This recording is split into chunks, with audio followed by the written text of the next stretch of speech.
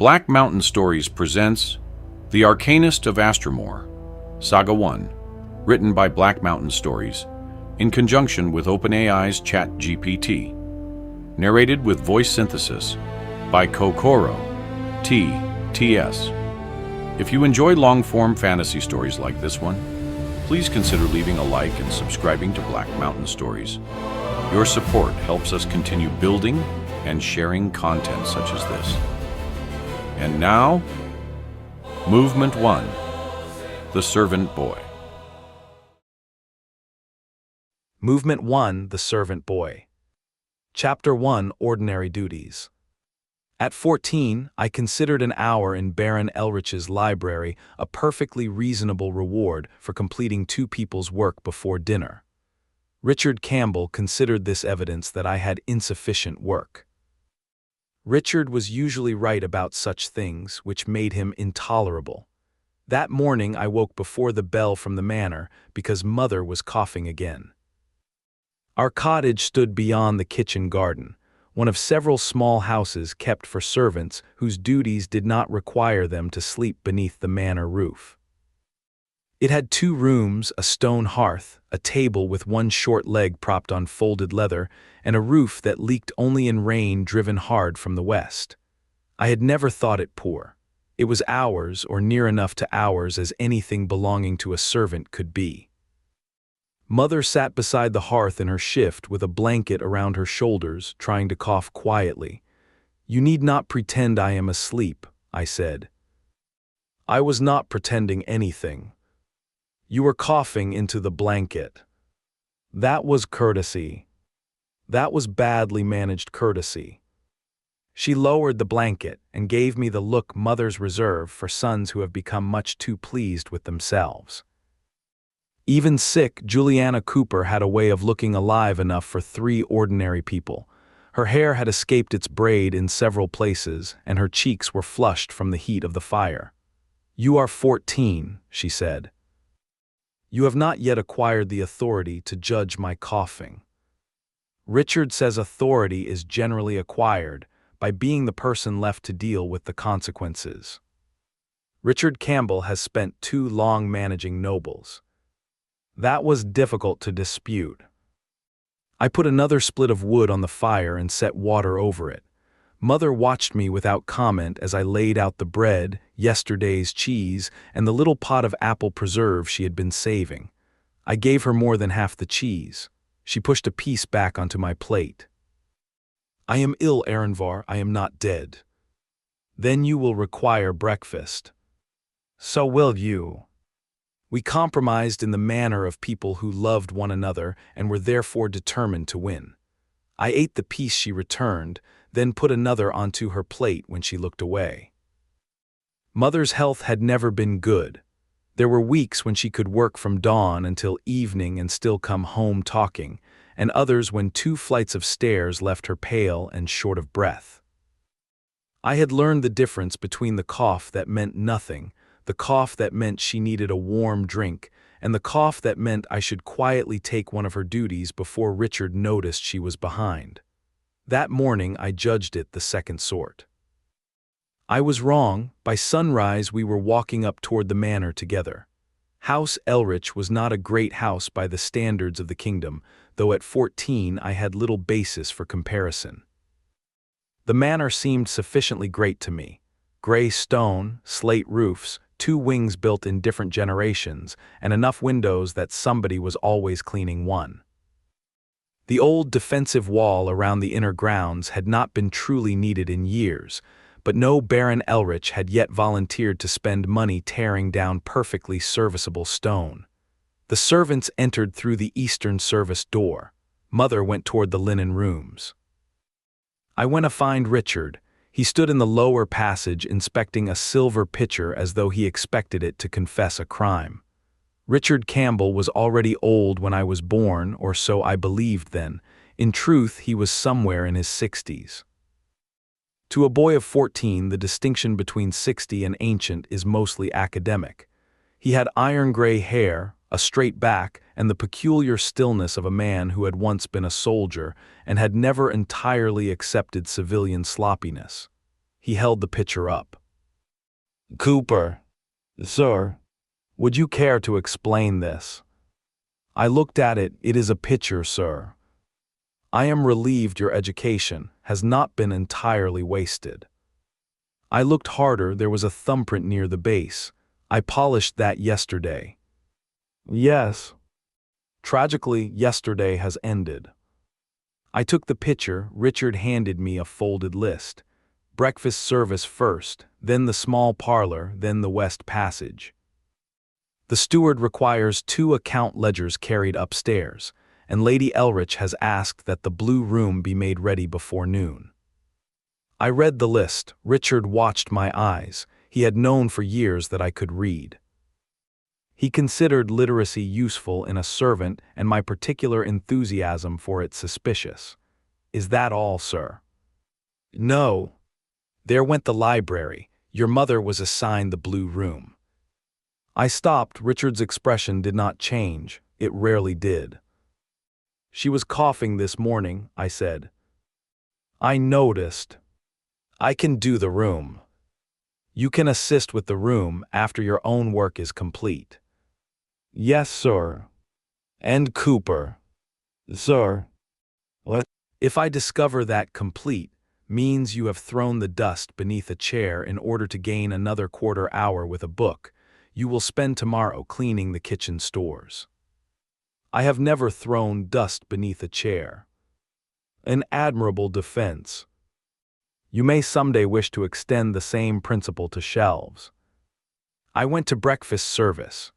A noble household is held together by the curious principle that the people who do the least visible work must never be made to see anyone else doing any.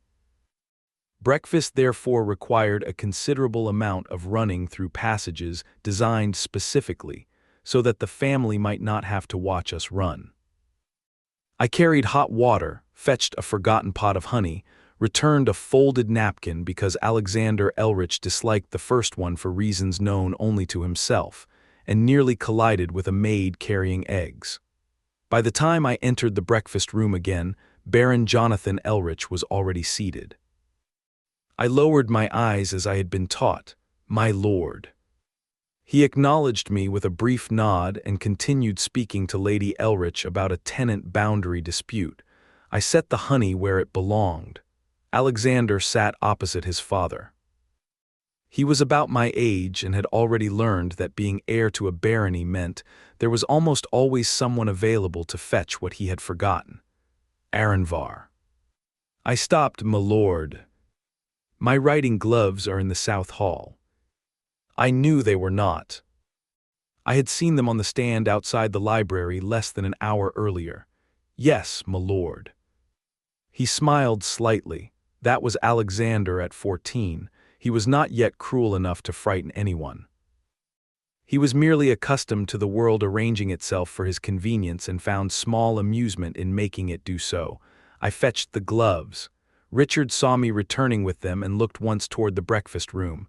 "South Hall?" he asked. "No, sir." Extraordinary. The house appears to be moving rooms again.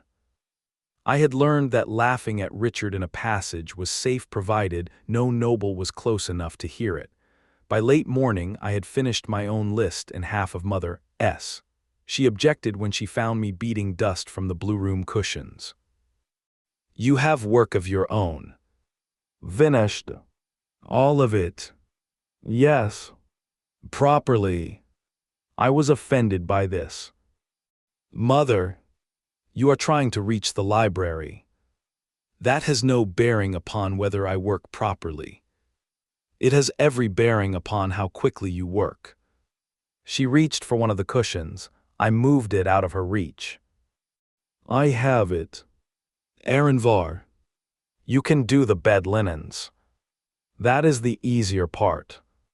"Yes." Her eyes narrowed. I smiled. She laughed, then turned away as the laugh became another cough. That one lasted longer. When it passed, she braced one hand against the bedpost and drew a slow breath. "You should sit down.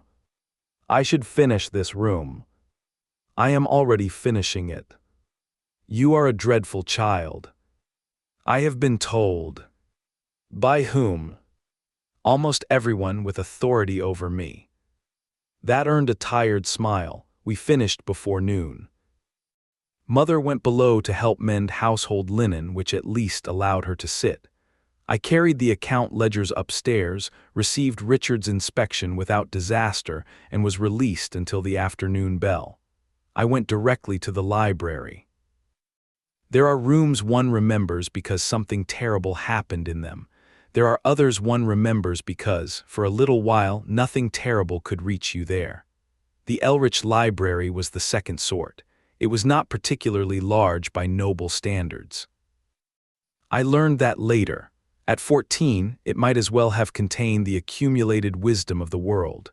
Shelves climbed higher than I could reach without the little rolling ladder. There were estate records, histories, law books, sermons, military memoirs, herbals, genealogies, old romances, and kept higher and farther back than most, the books on magic. Those were the reason I hurried. I had no business reading them. Nobody had expressly forbidden me either, which I considered one of the stronger legal arguments of my youth. I took down a cracked volume dealing with household wards and sat in the window alcove where the afternoon light was best. Much of it was beyond me. The author wrote as if any sensible person already knew why a triangular arrangement behaved differently when nested inside a circular one, and seemed personally offended by readers who required explanation. I loved him. There were diagrams. I copied one onto scrap paper, then another. The symbols fascinated me more than the effects they were meant to produce. A warming charm was useful. A ward against vermin was useful. But why did those marks in that relationship persuade ether to do anything at all? At 14, I did not have the language to ask the question properly. I asked it anyway. I forgot luncheon. This was not unusual. I would likely have forgotten the afternoon bell as well if Richard had not appeared in the doorway. He looked at me, then at the book. Then at the untouched bread a kitchen girl had apparently left on the side table some time earlier. I see you have again discovered a method by which reading may sustain the human body. I closed the book. Sorry, sir. He told me with a stern expression, eat. Yes, sir, I said reluctantly. And then find your mother. She left the linen room early. That brought my head up. Why? She said she was tired. I was already standing. Richard's gaze sharpened slightly. Walk in the house, Cooper. I walked until I reached the service door. Then I ran. Mother was in the cottage. She had made it home and lit the hearth, but little else. She sat in the chair with the blanket around her again. The room smelled faintly of smoke and the mint she used when her throat hurt. You missed luncheon, she said when I entered. You left work. One of those things is more surprising than the other. I knelt beside her. Her skin was hot when I touched her forehead. You have a fever. I had gathered as much. How long?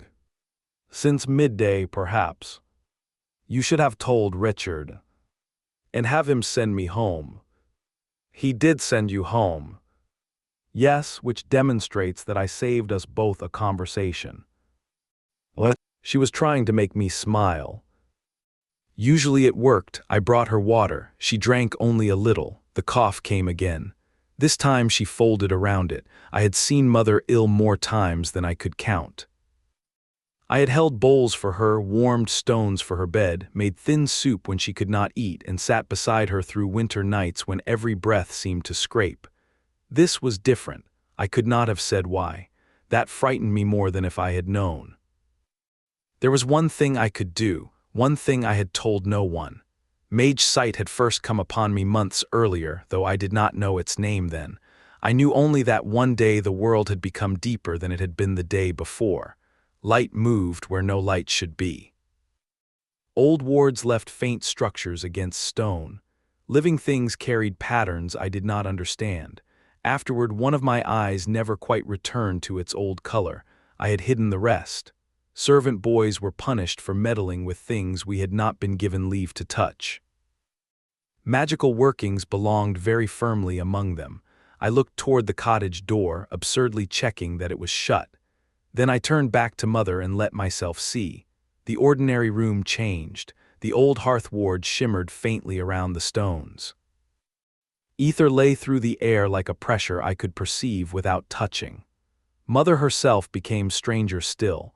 Warmth, movement, the dense complexity of living flesh, structures layered through structures that I had neither words nor training to name. I understood almost none of it. That was the terrible part. I had looked at her before when she was sick. There had always been irregularities, things that seemed brighter or duller, faster or slower, but they settled as she recovered. This did not look like that. Something deep within her chest was wrong, not merely different. Wrong. The pattern of it was spreading through places where, by every comparison I had, it should not have been. Her breathing disturbed the same region again and again, and each breath seemed to make visible a disorder that my ordinary eyes could not see. I stared too long. Mother touched my cheek. Aranvar. Mage's sight vanished. I found that I was gripping the edge of her chair. "What is it?" she asked. I did not know how to answer. I did not know what I had seen. I did not know what disease she had or whether it was a disease at all. I knew no healing. I knew no proper spell. I knew nothing except that every instinct I possessed was suddenly shouting that this was not one of her ordinary illnesses. "Nothing," I said, because I was 14 and frightened and still thought secrets became safer if I held them tightly enough. Mother studied me. I stood. "I am going back to the manor." "For what?" "Help." Her expression softened. "Aranvar, it is only a fever." "No." The word escaped before I could make it properly deferential, properly calm, properly anything. She blinked. I swallowed. I think someone should look at you." "Who?" I was already reaching for my coat. Someone with knowledge, someone with magic. Someone who could command a physician, or send a rider, or decide that a servant woman's fever mattered enough to interrupt whatever more important business occupied the manor that evening. At 14, that meant one person above all others. Baron Jonathan Elrich. I pulled open the cottage door. The library, the unfinished diagram, the afternoon's stolen hour, all of it had ceased to matter. For the first time in my life, I looked at my mother and knew that being worried was no longer enough. Chapter 2: Nobody Listens.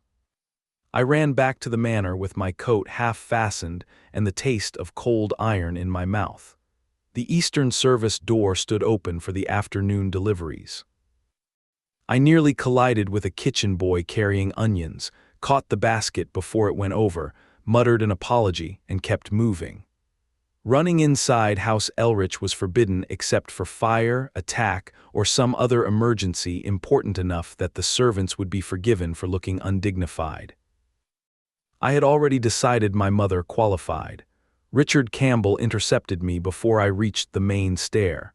He came out of the passage beside the steward's office with papers tucked beneath one arm. His irritation at seeing me run disappeared when he saw my face. "Cooper, what has happened?"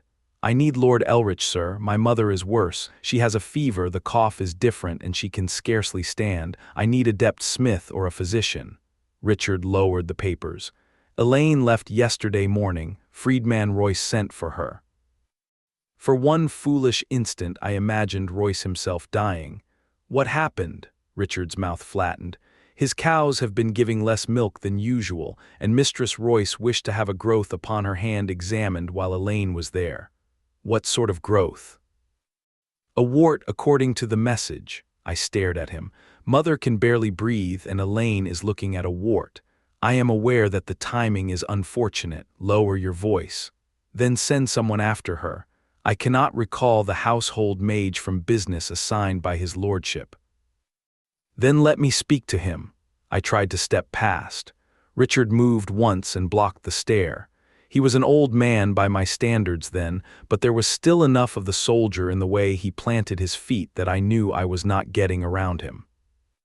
"His lordship is hearing a boundary dispute between two tenants. I am attending him." Then tell him now. I will tell him as soon as the present business permits. She may not have that long. Richard studied me more carefully. Has she fallen unconscious? Coughed blood stopped taking water. No, but... I saw the conclusion settle into place. Frightened boy, chronically sick mother, no obvious sign grave enough to interrupt the Baron. Go back to her, Richard said. Keep her warm and see that she drinks. I will put the matter before his lordship. Sir, I am telling you she has already worsened, and I have heard you. You do not understand. Richard became very still. I lowered my eyes at once. Forgive me, sir. His voice softened. Fear does not improve judgment, Aranvar. Go to your mother, I will speak to the Baron. He used my name instead of Cooper. Usually that meant kindness. That afternoon I hated him for it. Alexander found me in the lower hall. He was dressed for sword practice, his padded coat open at the throat and a wooden blade resting across one shoulder. When he saw me, a faint smile touched his mouth. Richard send you back down? Yes, my lord. You truly tried to interrupt father over this. I stopped. My mother is very ill. Alexander shifted the practice sword and gave me an indulgent look. Your mother is always ill, Cooper. She was ill half of last winter. This is different. Then Richard will deal with it. He says your father is busy. Alexander shrugged. Then father is busy. The answer was so simple to him that I stared before remembering myself. His posture changed. The wooden sword came down from his shoulder and his chin lifted. Mind yourself. I dropped my gaze. Yes, my lord. You spend too much time with those books. Every cough becomes some rare plague because you once read about one. I do not think it is a rare plague. I know something is wrong. What is wrong then? That trapped me. I could not explain Mage sight and I could not name what I had seen. My silence brought the wry smile back. There, you do not know. I looked up. If Lady Elrich were breathing like my mother is, would your father finish the boundary dispute first? Alexander went still. Color rose in his face. His fingers tightened around the wooden sword. You forget yourself, Cooper, I bowed. Forgive me, my lord. He let me remain bent for 2 breaths before saying, go home. If she is truly as bad as you claim, someone will be sent. I straightened. She is. Alexander rolled his eyes, though he would not quite meet mine. Then you should have made that clear without making a spectacle of yourself.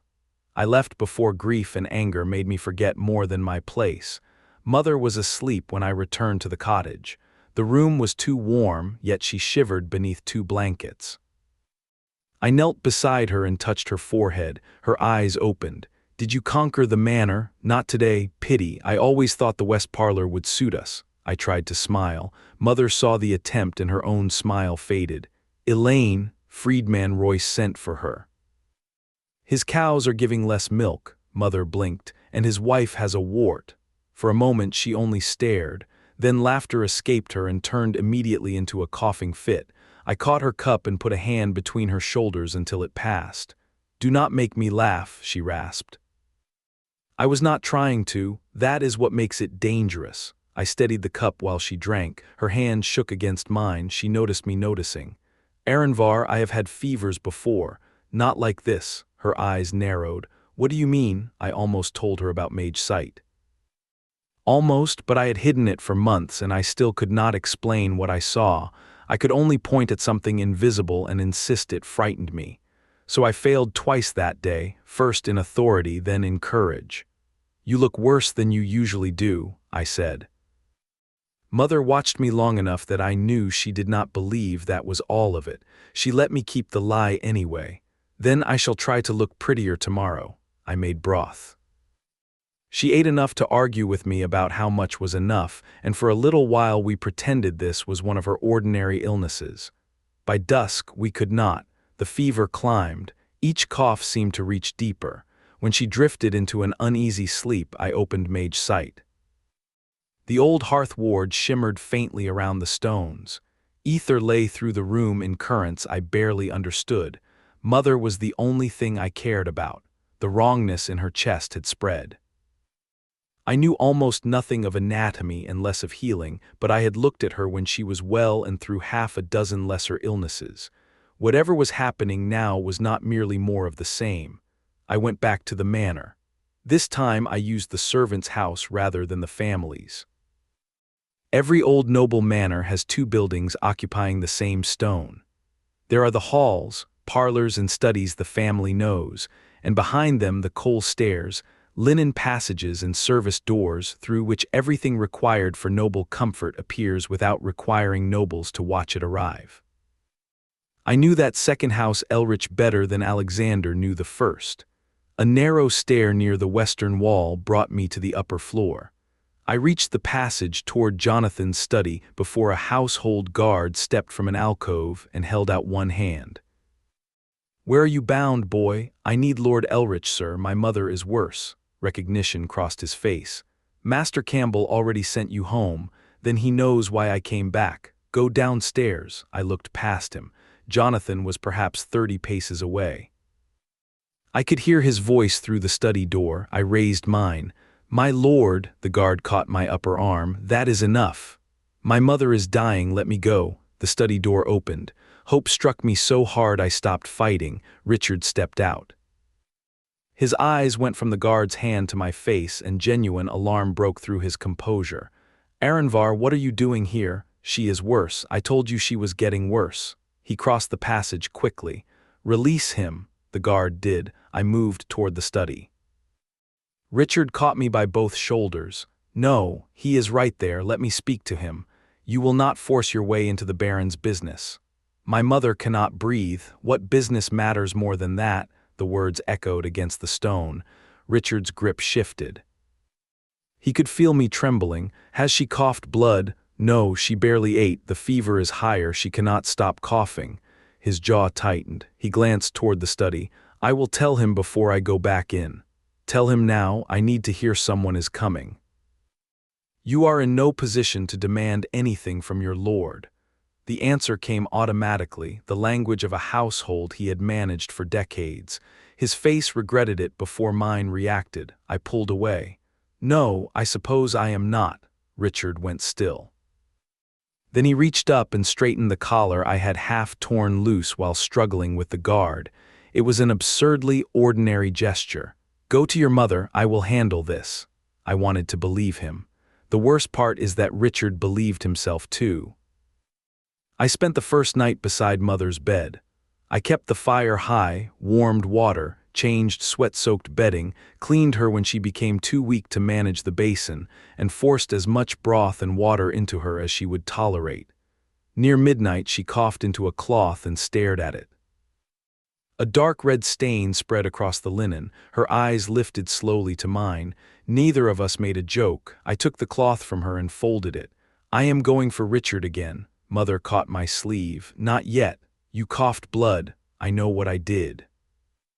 "Then let me go." Her fingers tightened weakly.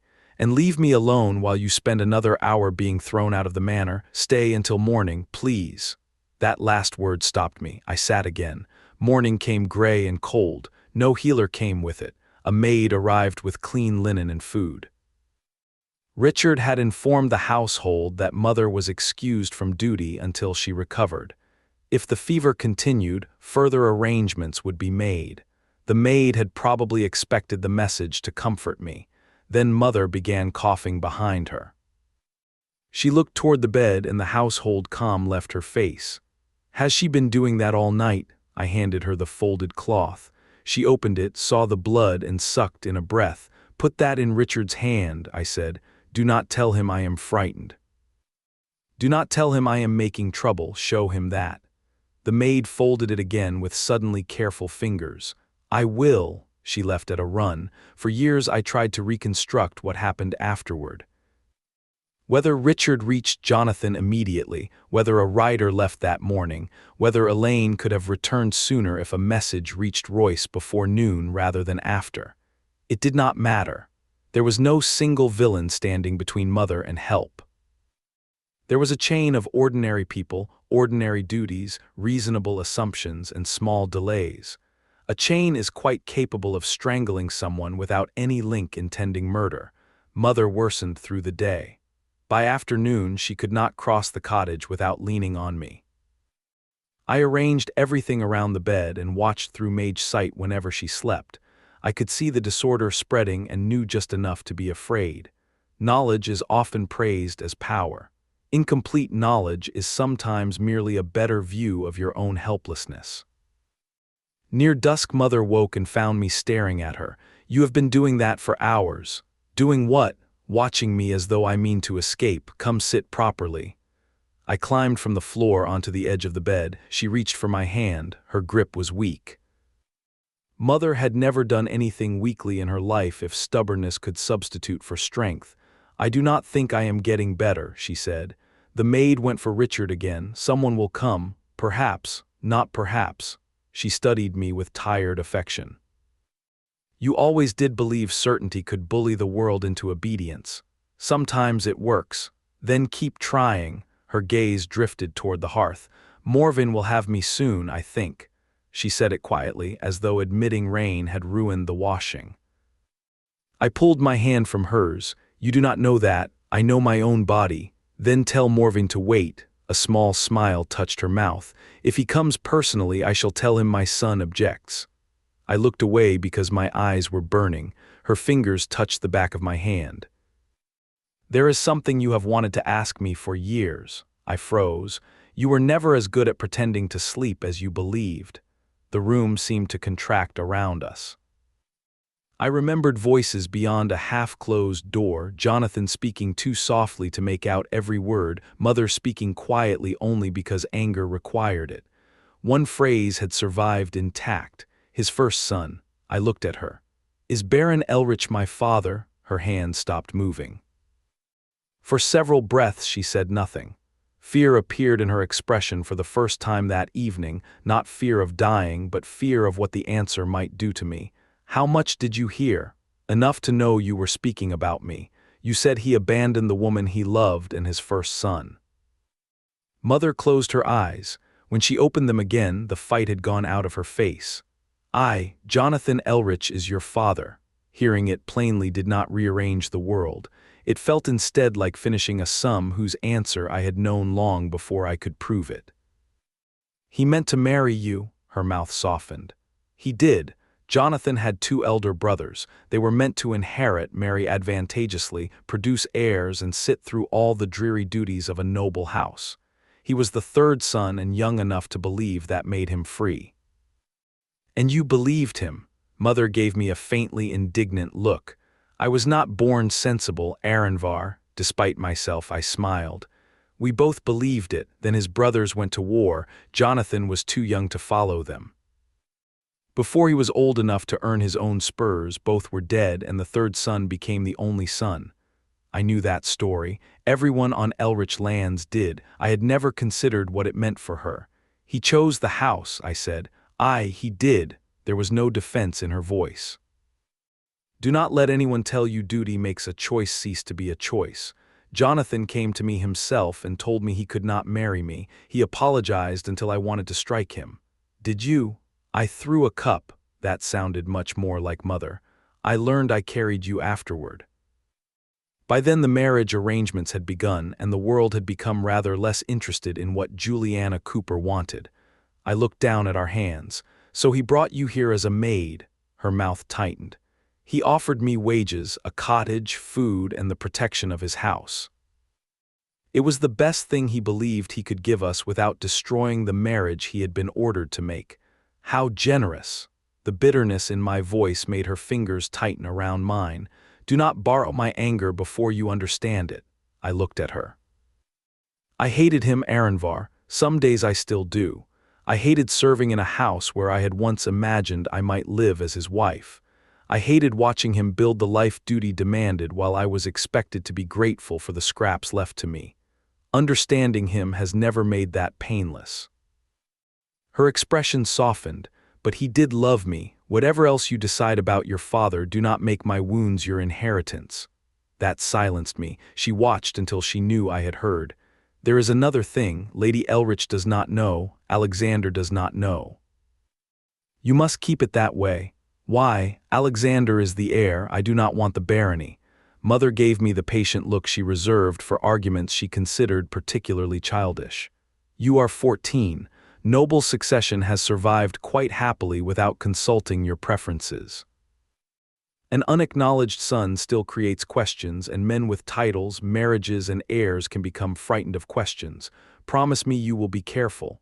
I hesitated, then nodded. I promise. She lifted our joined hands and studied mine. You have his eyes, mostly. I almost objected. One of mine had changed enough since Mage sight appeared that they no longer matched properly. Mother smiled faintly at whatever she saw in my face. And my temper, God's help you. I thought you said your wounds were not my inheritance. Temper and wounds are entirely different property. My argument remains sound. I laughed. She simply watched me. That was when I understood how tired she was. Do not look at me like that, I said. How am I looking at you? As though you are trying to remember me. Her mouth trembled. She pushed a loose strand of hair away from my altered eye. Then let me remember you properly. My throat closed. You can remember me tomorrow. I hope I shall. You will. She gave me an indulgent, sorrowful look. Listen to me, Aranvar. There is no shame in the life we have lived. Honest service does not make a person small, but neither does birth decide the full measure of a life. Her thumb moved against my cheek. You read until you forget to eat. You ask questions until sensible people regret teaching you words. You look at every locked door as though its existence were a personal insult. A wet laugh escaped me. Richard says that last part is a character defect. Richard has spent 60 years opening doors for other people. His judgment is compromised. Then the humor left her eyes. If there is something you wish to become, become it. Learn what you must. Work until being laughed at no longer matters. Do not spend your life waiting for someone of better birth to give you permission to have one. Her breathing faltered. I reached to help her, but she shook her head and waited until it passed. Live richly. That is what I want from you, not vengeance, not some foolish attempt to make Jonathan suffer for me. A life, a large one if you can manage it. I bent over our hands. You are going to tell me all of this again when you are better. Her fingers moved through my hair. I would like that very much. Then promise. Silence. I looked up. Her eyes were full of apology. I will not lie to you merely because I am your mother. That broke me. I leaned against her as carefully as I could, and she put one arm around my shoulders. I need you. I know. I do not know what I am supposed to do without you.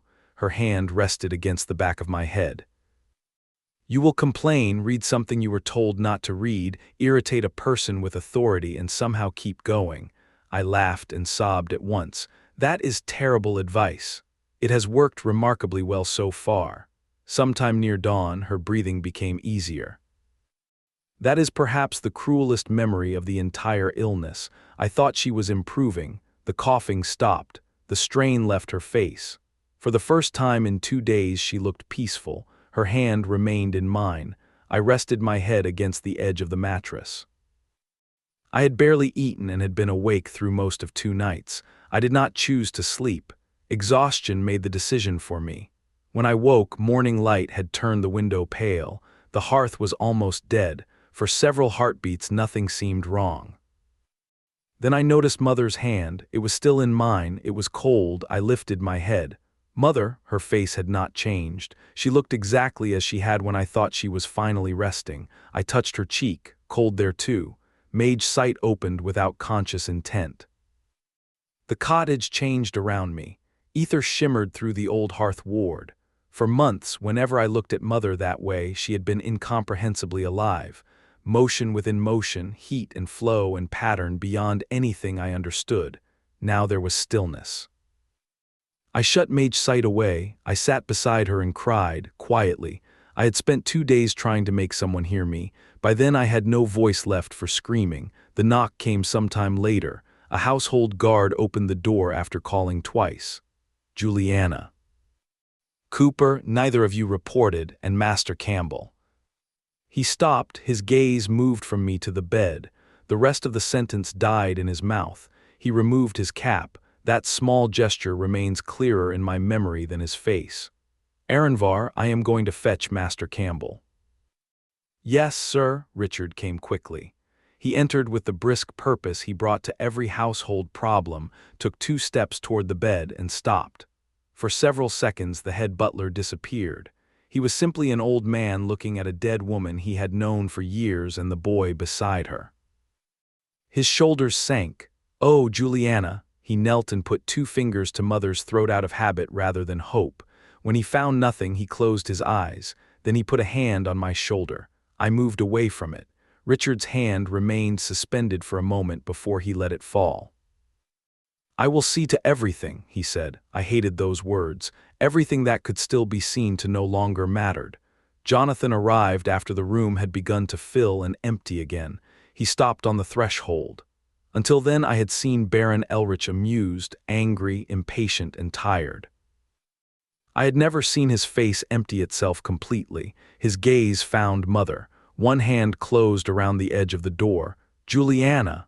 He said her name so quietly I almost missed it. Then his eyes moved to me. I knew now what he saw when he looked at my face. His son, but Richard, was in the room and 2 maids stood near the hearth. I was a servant boy beside his dead mother's bed, and he was Baron Elrich. The world had not changed merely because Mother had told me the truth. Jonathan swallowed. "Aranvar, I lowered my head. "My lord," he stopped speaking. The conversation ended before it began.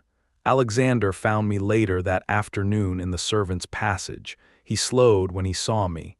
There was none of his usual amusement in his face. For a moment he seemed uncertain whether to continue toward me or turn down another corridor and spare us both the conversation. Pride decided for him. "Cooper."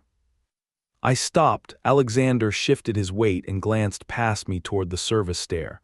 "I heard your mother died this morning." I waited. There should have been something after that, an apology perhaps, an admission that I had told him the truth. Even 4 words would have been enough. I should have listened. He never said them. "I told you she was dying," I said. Alexander's jaw tightened. "You told everyone she was ill." "I told you she was dying." His eyes met mine then.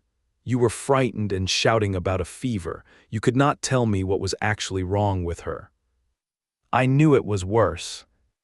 "But you did not know how." The answer came too quickly. He had already constructed his defense before speaking to me. I stared at him. Alexander folded his arms across his chest. "If you knew matters were truly that grave, you should have explained yourself properly. You cannot expect everyone to abandon whatever they are doing, because you insist that this time is different." For a moment I could not speak. "You thought I was lying." "I did not say that."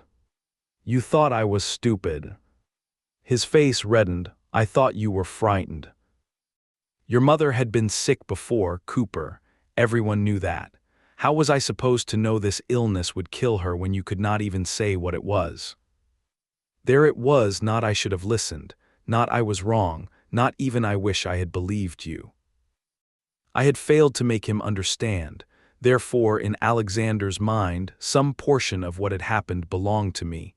"She was my mother," I said quietly. "I knew what her ordinary illnesses looked like." Alexander's arms loosened. For the briefest instant, something uncertain crossed his face. Guilt, perhaps. I thought then that he might finally say it. Instead, he looked away. "Then you should have made that clearer." I remember those words exceedingly well. At 14, I lacked the experience to understand what Alexander was doing. I only knew they made me want to strike him. Age supplied the explanation later. Alexander could admit that Juliana had died. He could admit that I had been frightened. He could even admit that I had believed she was dying. What he could not admit was that a servant boy had known something important, told him plainly, and he had chosen not to listen. That would have required the fault to belong somewhere other than beneath him. I lowered my head before my face betrayed me. "Of course, my lord." Alexander's eyes snapped back to mine. There was enough contempt in my courtesy that even at 14 he heard it. His mouth hardened. "You would do well to remember your place, Cooper." I looked at him then. "My mother has just died, my lord." I assure you, I remember my place perfectly. His face went still. That was too direct, we both knew it. I bowed before he could answer and walked past him.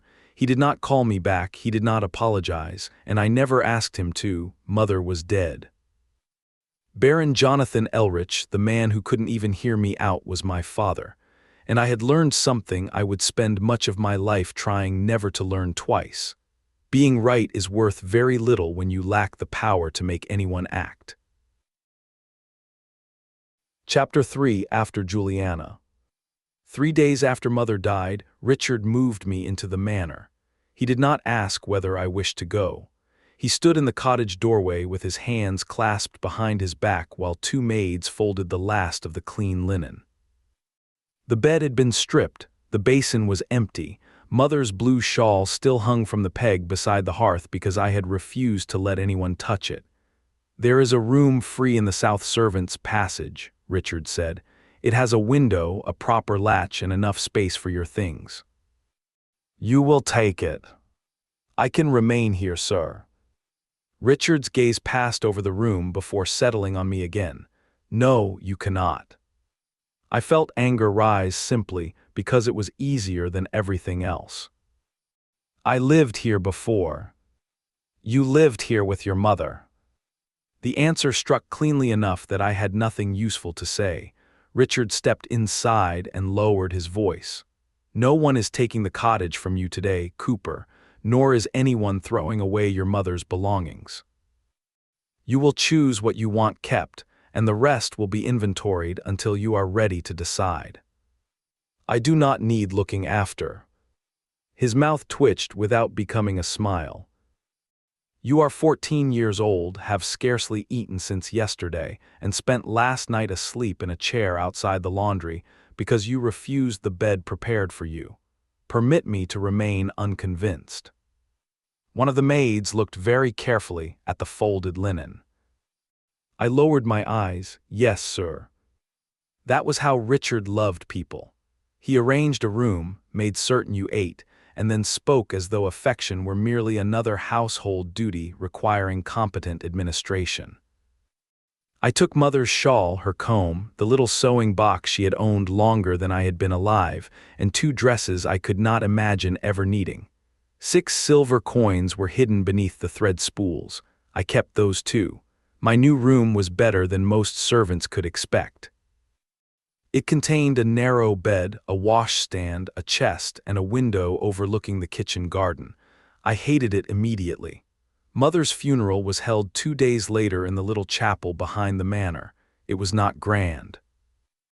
Juliana Cooper had been a servant, not a lady of the house, and death did not promote anyone in Astramor, but it was proper.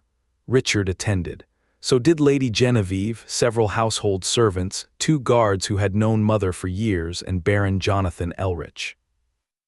Alexander did not. He had gone hunting that morning with 2 boys from neighboring houses. Whether he had forgotten the funeral, considered his attendance unnecessary, or simply preferred the hunt, I never learned. At 14, I decided the distinction did not matter. The priests of Morven came before noon in dark gray vestments trimmed at the cuffs with white grave thread. One led the prayers, the other prepared Mother for burial. I watched him work. He laid a small funerary token against her breast beneath the burial cloth, then marked the inner edge of the coffin with a sequence of grave runes. A second set went upon the cloth itself. He worked carefully, touching each mark to the next until the whole formed a closed protection around her. I knew less about necromancy then than I later would, but every child understood the purpose. The dead were placed under Morven's protection so that they remained properly dead and their bodies were harder to profane. The protections were not inviolable. A sufficiently skilled or powerful necromancer could break them. So could certain old workings designed specifically to defeat funerary wards. That was never considered an argument against using them. A strong thief might defeat a lock, sensible people still locked their doors. Soldiers later called the little charm a token of Morven. By then I had seen too many of them. That morning there was only one. The priest finished the last seal and rested 2 fingers against Mother's brow. Morven keep her name among the remembered, her rest among the rightful dead, and her mortal remains beyond profane hands. Then the coffin was closed. I discovered that I had been holding my breath. The service itself was full of truths that made me angry. Mother had served House Elrich faithfully. Mother had been generous with younger servants. Mother had borne poor health with courage. Mother had possessed a lively spirit. Mother would be missed. People found it remarkably easy to praise her once praise could no longer cost them anything. I knew that was unfair to some of them. Grief did not improve my judgment any more than fear had improved it 2 days earlier. Knowing I was unfair did not make me less angry. Lady Genevieve approached while the grave was being prepared. She wore mourning black, though not the full mourning of kin. Her gloves were immaculate. She removed one before taking my hand, which I remember because noblewomen did not usually bear a hand merely to comfort servant boys. Your mother was a good woman, Aranvar. She served this house well, and I know she loved you dearly. Her expression was composed but not empty. She squeezed my fingers once. Master Campbell tells me you have been given a room inside the manor. If you require something reasonable while you settle there, tell him. You need not trouble yourself over ordinary duties for a few days. Thank you, my lady. A little crease appeared between her brows. You may take longer if you need it. I did not mean that you must be recovered by Thursday. I understand, my lady. She studied me for a moment, perhaps deciding whether there was anything else she was permitted to say to a servant's son. Then she nodded and moved away. She meant to be kind. That complicated my anger too. Jonathan stood near the rear of the chapel yard. He had spoken almost nothing. During the remembrance prayer, I looked at him and found his eyes fixed on Mother's coffin. His face remained controlled. His hands did not. One thumb pressed so hard into the opposite palm that the skin around the nail had gone white. He noticed me watching. His hands separated immediately. For the first time since Mother told me the truth, I understood that I was not the only person there who had loved her.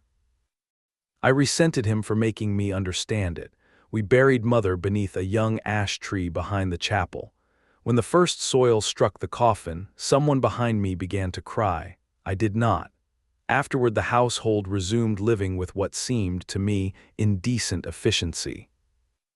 Fires needed tending, dinner still had to be prepared, horses required feed, accounts remained stubbornly unwilling to balance themselves. I was halfway back to the manor when Jonathan called my name, Aranvar. Richard, walking several paces ahead of me, looked back. His gaze moved from Jonathan to me. He understood something, though not the whole of it. I will see the others inside, my lord. Jonathan nodded. Richard left us alone beside the path. For several moments my father said nothing. He watched Richard disappear around the side of the manor, then looked back at me. His hand rose slightly, as though he meant to touch my shoulder, but stopped before crossing half the distance. Your mother told you. I knew precisely what he meant. I lowered my eyes. Was there something you wished of me, my lord? His face tightened. There is no one here, Aranvar. I am aware of that, my lord. He stared at me then. I watched him understand that the title was not habit. It was the answer. Jonathan let his hand fall. I should have known how ill she was. The words came slowly. He looked toward the grave behind us rather than at me. I knew she had been unwell. Richard told me you were frightened, but Juliana had been ill so many times before that, I thought. He stopped, his jaw working once. I thought there would be time.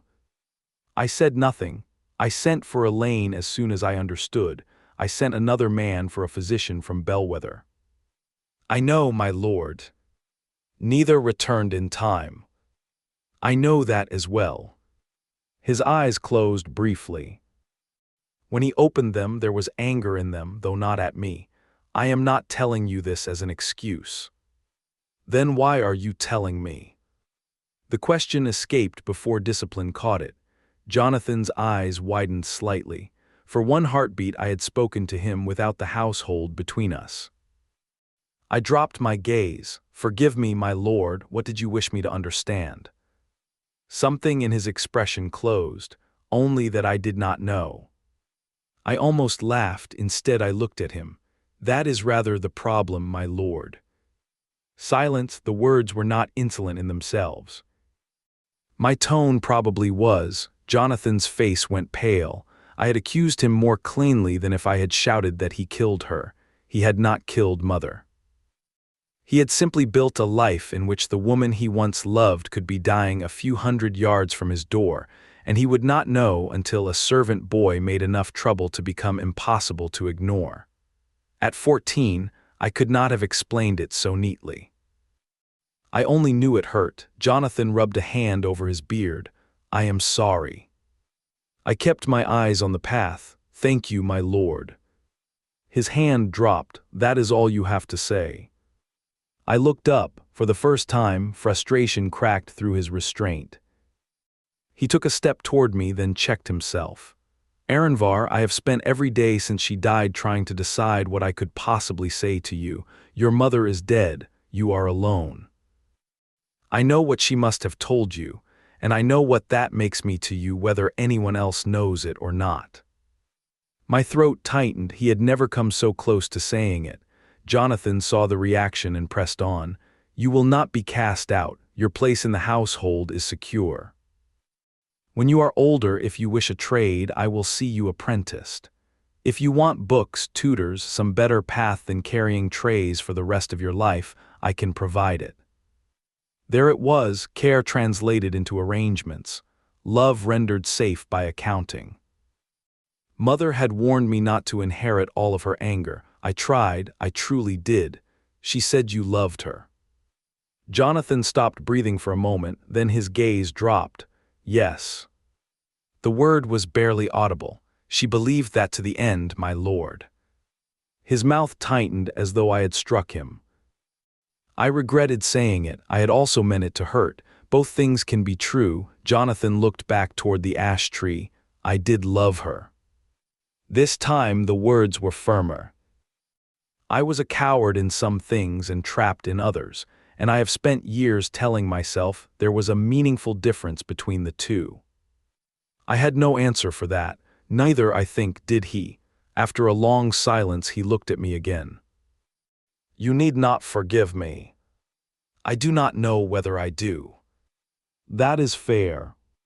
The answer surprised me enough that I met his eyes. He looked exhausted. For one stupid heartbeat I wanted him to call me his son. He did not. Perhaps he wanted to. That did not matter either. I bowed. "May I return to my duties, my lord?" Pain crossed his face again, slower this time. "No duties today." "Then may I go inside?" Jonathan nodded. I turned away. "Aranvar." I stopped but did not look back. "If you need anything, come to me." I thought of Mother coughing blood while I tried to do exactly that. "Yes, my lord." For the next 3 years I called my father nothing else. Illane Smith returned the following afternoon. She found me in the library. Her traveling cloak was still dusty from the road, and dried mud clung to the hem. She closed the door behind her before crossing the room. "Richard told me about Juliana." I shut the book in front of me. Illane stood with one hand resting on the back of the opposite chair. For once she seemed uncertain what to do with herself. "Royce's cows had eaten moldy fodder," she said at last. "His wife's wart was, in fact, a wart." I stared at the tabletop. "If I had been here," she stopped, "you were not." Her fingers tightened on the chair. "No, I was not." She could have defended herself. She had been doing the work Jonathan sent her to do. She had not known Mother was dying. No sensible person blamed a mage for failing to treat an illness she had never been told existed. Illane offered none of those defenses. "I am sorry, Aranvar." "Not sorry that Mother had died. Sorry," I nodded. "Thank you." Her gaze fell to the book beneath my hand. It was on elementary household workings. "What are you doing with Master Varen's text?" "Reading it." Elaine gave me a dry look. I had hoped we might begin with the obvious and proceed toward something useful. It explains ward relationships better than Alwyn. Her eyebrows rose. "You have read Alwyn's primer." "The first volume." "How much of the second?" I hesitated. Elaine reached over, turned the book so she could see its spine, then looked back at me with considerably more attention than before. "How much, Aranvar?" "About half." She pulled out the chair and sat. "You are either lying to impress me or about to become a considerably larger problem than I expected." "I am not lying." "That leaves the inconvenient possibility." It became considerably more inconvenient a week later. Grief did not create my fascination with magic. It gave the fascination teeth. I began copying arrays, then comparing them, then using Mage Sight to examine old household wards and see whether the structures in the books resembled the structures actually used by working magi. That should have been enough. It was not. I chose an unused workroom off the library passage because I believed whatever happened there would be small. That was the first indication I had no business attempting it. A slate lay on the table before me. I had copied a simple working from Varen, then altered one portion because the book's structure did not match a ward I had examined outside the north pantry. I opened Mage Sight. The room deepened. Old ward lines shimmered faintly through the stone. Ambient ether hung around me in currents I had only begun to recognize. I placed my hand over the copied array and tried to do what the books described. Ether moved, not much, enough.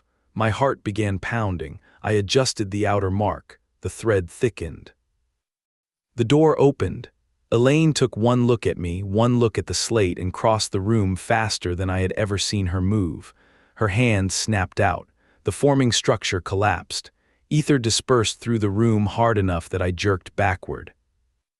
Elaine stood over the table, breathing through her nose. "What," she asked with terrifying calm, "did you think you were doing?" "Testing the array." "I can see that." She snatched up the slate. Her eyes moved across my copied structure, then toward the book beside it. "You altered Varen. The version in the book does not match the North Pantry ward." Elaine's gaze lifted very slowly. "You can see the North Pantry ward." I realized I had made an error substantially larger than the one on the slate. "I have looked at it." "That was not what I asked." I said nothing.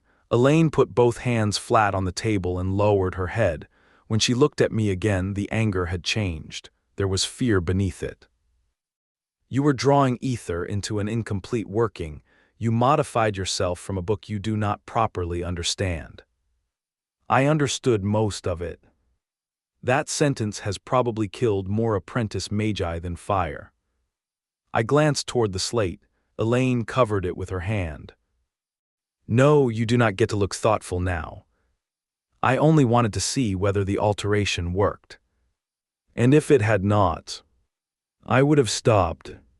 Her expression became almost pitying. "Oh, gods preserve me."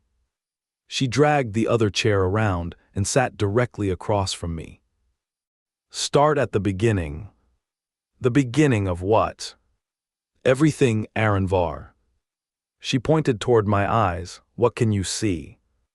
Then toward the slate. "What have you already attempted?" Finally, she gestured toward the books piled beside me. "And how much have you taught yourself without telling anyone?" I looked at her. For the first time since Mother died, an adult was not telling me that I was frightened, mistaken, too young, or asking the wrong question. Elaine wanted answers, so I gave them to her. That was the beginning of my education. Chapter 4: The First Lesson. Elaine did not let me touch the slate again. She gathered the chalk, the copied working, and every book I had brought into the workroom. I protested when she took an estate construction text. Elaine opened it directly to the chapter on warded foundations. You were caught feeding ether into an altered working with this beside you. Until I know what you have taught yourself, I shall risk depriving you of architecture. I sat opposite her and folded my hands. She settled opposite me and studied me for several breaths. I do not want passages repeated from memory. Books can teach a clever child enough words to conceal what he does not understand. Tell me what you believe happens when a mage casts a working. That required more thought than I expected. The mage provides ether to the array, and the array gives the ether whatever structure produces the intended effect. Elaine's expression remained neutral, but she did not correct me immediately. I had begun to recognize that as encouragement. Where do you believe the mage gets the ether? From himself, I suppose. I stopped almost as soon as I said it. No, that cannot be entirely right. I have seen it around the wards, and I saw it move toward you when you stopped my working. Her fingers, which had been resting against the edge of the slate, became still. You saw ether moving toward me. Mistress Smith, it gathered before the array collapsed. I could see something inside you carrying it as well, though I did not know what I was looking at. Elaine leaned back. The interrogation left her face, replaced by the unsettling attention of a scholar who had discovered an unexpected problem. You told me yesterday that you could see the North Pantry ward. I want you to explain exactly what you mean by that. Do not tell me what you think I expect to hear. I looked toward the wall, where the manor's older warding lay faint beneath the plaster if I opened the other sight. When I look properly, I can see more than the glow around a working. There are lines inside it and places where one part joins another. Some are brighter. Some seem heavier, though I know that is not the right word. The North Pantry ward has a weak-looking place near the upper corner on the passage side. I noticed it in winter. Elaine stared at me. You noticed that weakness in winter and never thought to mention it to the person responsible for maintaining the household wards. I did not know it was a weakness. The books disagree with one another often enough that I thought perhaps the ward had been made differently on purpose. Her mouth tightened, although not with anger. That is an irritatingly sensible reason. She rose from the table and closed the workroom door. After checking the latch, she returned and stopped directly in front of me. What you are describing sounds like mage sight. If you can call it deliberately, I should like you to do so now. I need to know whether you have injured yourself during these experiments before I teach you anything further. The last sentence made obedience easy. I opened mage sight. The room altered without moving. Ether lay through air and stone in faint currents. Old ward lines surfaced beneath the plaster, and Elaine herself became vastly more complicated. She raised one hand and formed a diagnostic array. Pale runes arranged themselves in 2 fine rings before her fingers. Through mage sight I saw ether gather from the room, enter branching paths within her body, and pass toward the array in a controlled flow. Channels. I finally had a name for what I had glimpsed the day before. Elaine looked at me through the working. Then her face changed. She did not gasp or swear. The comfortable certainty simply left her face. She shifted the diagnostic array, examined me again, then stepped aside and repeated the inspection. My stomach turned cold. I had seen adults look at Mother that way when they finally understood she was dying. I pushed my chair backward hard enough that its legs scraped against the floor. If you have found something wrong with me, Mistress Smith, I would rather you tell me plainly. I have had enough of being protected by ignorance.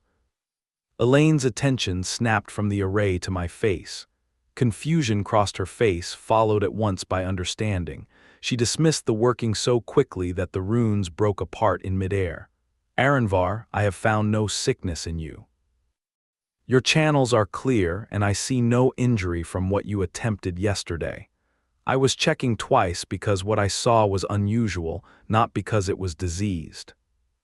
I did not sit again. You looked as though you had discovered something considerably worse than unusual. I looked like an old woman who had forgotten that the boy in front of her buried his mother last week. Regret pulled at her mouth. That was careless of me. You are healthy. The certainty in her voice settled me. I returned the chair and sat. Elaine rested one forearm on the table between us. Ether does not originate in the Mage. Most places in the world are saturated with it. We draw from that ambient field, conduct the power through channels in the body, and give it useful structure through learned workings. What you saw inside me were those channels carrying the load. I looked down at my own hands through Mage sight. And whatever you saw in mine was unusual enough to make you check twice. It was. Your channels are unusually strong, particularly for someone with no formal training, and you have considerable potential. The answer was too careful. You did not look twice merely because they are somewhat better than expected. Elaine regarded me for a moment, then folded her hands. I looked twice because I trust a second examination more than an astonishing first impression. I am not going to give you a grand estimate after one diagnostic working, and I am certainly not going to encourage you to discover the answer by filling yourself until something begins to hurt. I had not proposed doing so. Apparently my face had. She pointed toward the confiscated slate. That expression is precisely why I am being cautious. Strong channels are an advantage. They are not a command from the gods to discover how much abuse they will tolerate. I understand what you mean, Mistress Smith. She cleared the ruined experiment from the center of the table and drew a simple rune on a fresh slate. Since I have established that you are healthy, we may turn to preventing you from becoming dead through enthusiasm. You recognize this. The central rune is fire. The surrounding marks are not part of the elemental rune itself. Good, the fire rune establishes the nature of the effect. Given ether and sufficient structure to complete the manifestation, it will produce fire. That accomplishment alone is of limited value. A small array formed above her palm, and a flame appeared no larger than a candle S. Without touching the fire rune, Elaine altered the surrounding structure. The flame narrowed, bent sideways, then shortened to a blue-white point above her skin. I leaned forward. The fire rune has not changed, and you have not increased the amount of ether. The outer structure must be governing what the fire is allowed to do rather than producing the fire itself. Elaine looked at me instead of the flame. That is a useful way to think about it. Raw manifestation is easy compared with control. A proper working may govern magnitude, direction, boundary, duration, containment, targeting, termination, and whatever else the intended effect requires. The precise architecture depends upon what you are trying to accomplish. She let the flame resolve into nothing. That is why your altered working frightened me. You noticed a real difference between a printed example and a standing ward. What you did not know was whether the part you changed limited the effect, stabilized another relationship, terminated the working under failure, or performed some other task you had not yet learned to recognize. I looked at my slate on her side of the table. I assumed that because I could see the difference, I had understood the difference. That is a much more dangerous mistake than simple ignorance, because intelligent people can defend it very persuasively right up to the moment something explodes. There was no mockery in her voice. I suspected experience had supplied the example. Elaine moved the chairs away from the table and made me stand several paces from her. Arrays can wait. Before you construct another working, you are going to learn the draw properly. Watch what I do rather than what you imagine the books meant. She opened her hand. Through Mage sight I watched ether gather smoothly from around us and enter her channels until much of the visible network carried the load. She stopped drawing without forming a spell. This is a useful practice quantity for what I intend to teach you. It is not my maximum, nor would there be any virtue in making it so. Remember the appearance and raise approximately the same amount. My first attempt drew a thin rush of ether and lost it when I tightened against the unfamiliar sensation. Illane did not laugh. You are hauling at it as though the ether were a bucket at the bottom of a well. You need control, not violence. Open the root, establish the draw, and stop trying to overpower something that is already willing to move. The instruction made more sense than months of reading. On the second attempt, ether gathered cleanly. I felt it enter the channels as pressure without pain and held the root open until the quantity matched Illane's. "Maintain that load and look at me," she said. "Do not increase it merely because the first success has pleased you." The difference was impossible to miss. The same useful quantity had substantially occupied Illane's channels. Mine scarcely appeared burdened at all. "You told me to match your draw, and I believe I have done so. The amount feels stable, but it scarcely occupies my channels compared with what the same load did to yours." Illane's gaze moved over me with the weary recognition of someone watching a prediction become fact. "That is what I suspected after examining you. Do not mistake the unused capacity for an instruction to fill it. A competent mage draws what the working requires, not everything the body might possibly endure." I considered the ether I was holding. If the channels exist chiefly to conduct power, then filling the unused space would accomplish nothing unless I already had a working that required the greater load. Exactly, holding a large quantity without an intended outlet is dangerous and pointless. Before you raise power, you should know where it is going and how the working will dispose of it safely. I glanced toward the little fire array on the table. The working may therefore become the weaker part before the caster does. Illane's expression sharpened. "Very often, your body is only one limit in the chain. A practice array is built to accept a particular range. Pour vastly more ether through it and you do not receive a proportionately better spell. You receive a failed working, and failed workings under heavy load are seldom courteous about where the power goes." Several assumptions from the books rearranged themselves at once. Then a mage with stronger channels cannot simply force every familiar spell to become stronger. If the working cannot govern the additional ether, the structure itself has to be altered before the extra capacity becomes useful. Illane was quiet long enough that I looked at her. She had stopped watching my control and was studying me instead. "What you have just described is the beginning of a thaumaturgical problem. Ordinary spellcraft teaches you a working that functions.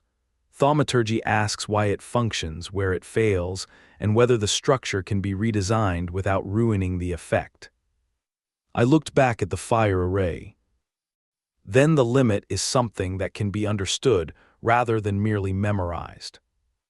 In many cases, understanding it properly may require years of mathematics, comparative workings, practical experience, and a willingness to admit when the evidence contradicts your favorite theory.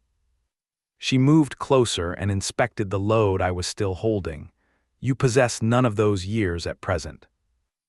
Therefore you are not going to discover your channel sealing this afternoon, nor are you going to test how much ether that practice array can survive." I had reached the same conclusion about the array. "I am pleased to hear it. I had not reached the same conclusion about you."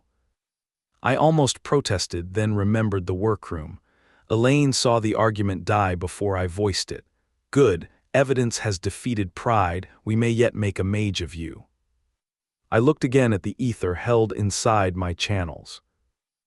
If I had ignored you and continued drawing until these were heavily occupied, what could I have done with the excess afterward? A standing ward ought to tolerate more than this little exercise, but I assume even that has a limit. Illane's eyebrows rose. "A standing ward certainly has a limit.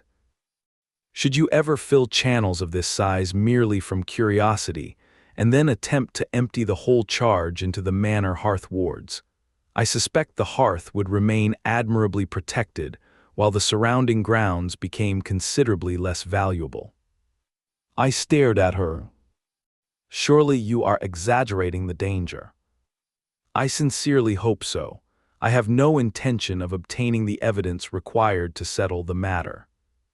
Her expression hardened as she pointed toward the confiscated slate. And had you heavily filled yourself before feeding power into that unfinished thing yesterday, the failure might have destroyed this room, a portion of the manor, or considerably more. You were fortunate that ignorance limited how much ether you knew how to raise. That silenced me. For the first time, I saw my little experiment as something other than a problem I had nearly solved. Then she said, more gently, "Now I shall teach you how to put down what you are carrying." That lesson is rather more urgent than satisfying your curiosity. She showed me how to root the small load into a controlled foundational working, and how to end the structure cleanly rather than simply losing my hold on it. My first attempt collapsed before the fire rune resolved. On the second, I rushed the array and Illane caught my wrist before I completed it. "You are remembering the result and rushing the construction. Make the working correctly first. Speed is a privilege earned by repetition." I began again. The central rune formed, the surrounding structure settled, and I fed through only the ether the exercise required. A flame appeared above my palm. It was scarcely larger than my thumb. I had seen Illane produce more fire lighting a lamp, but I stared at it anyway. For several heartbeats the cottage, the grave beneath the ash tree, and the cold weight I had carried since Mother died loosened their hold upon me. I had understood something badly that morning. Now I understood it a little better, and because of that understanding something new existed in the world. Illane watched with the cautious satisfaction of someone discovering that a troublesome task might prove worthwhile. She allowed me to admire the flame for another breath. "Very good, now finish the lesson by ending the working properly. A mage who remembers only how to begin things is a danger to everyone nearby." I collapsed the sustaining structure as she had shown me. The flame vanished cleanly. Illane examined the dispersing ether before giving a small nod toward the slate. "Form it once more. This time I want the draw smoother, and I want you thinking about the termination before you ever establish the fire rune. The end of a working should not come as a surprise merely because the beginning was more exciting." I began again. By supper I could raise the practice quantity without snatching at the ambient field, hold it steadily, feed it through the simple array, and close the working without Illane reaching for my wrist. She sent me to supper and took my confiscated books to Jonathan's study. I learned later that she reported only what she considered safe. I was healthy, unquestionably magical, and gifted enough that failing to train me would be wasteful. She kept the scale of my channels to herself. At 14 I found that irritating. With age I understood the caution. A common-born boy with useful magic was fortunate. One whose abilities sounded historically abnormal could attract attention from people far more powerful than House Elrich. The following morning Richard handed me my duty sheet while inspecting the breakfast room. I read it twice before following him toward the sideboard. "Sir, the West Passage and the lower plate are no longer on my list. Has part of my work been reassigned?" Richard ran one finger beneath the edge of a silver tray and inspected it for dust. "Adept Smith has informed his lordship that your afternoons would be better spent learning not to destroy the household with magic." His lordship found the argument persuasive. I looked again at the shortened list. "Am I still expected to report to you for the remainder of my duties?" Richard gave me the expression he reserved for questions whose answers ought to have been obvious. "Should the king someday appoint you Archmage of Astramor, I may reconsider the arrangement. Until then, you remain a servant of this house, and you will complete every duty written on that sheet before reporting to Adept Smith." Strangely, I found the answer comforting. "I understand the arrangement, sir." "I should hope so. Magical talent may excuse you from polishing the lower plate. It will not excuse dust beneath the breakfast room shelves." He resumed his inspection. Within the month, introductory texts, practice slates, reagents, and eventually a sturdier worktable began appearing for my use. Jonathan never told me he had paid for them. He did not need to. Books cost money, and servant boys possessed very little of it. I never thanked him. At the time, silence was the nearest either of us could come to kindness without reopening the wound between us. Elaine never formally named me her apprentice. There was no oath or ceremony declaring that I had ceased being what I was the week before. I remained a servant boy. I carried breakfast trays, cleaned what Richard assigned me, and slept in a narrow room in the servants' passage.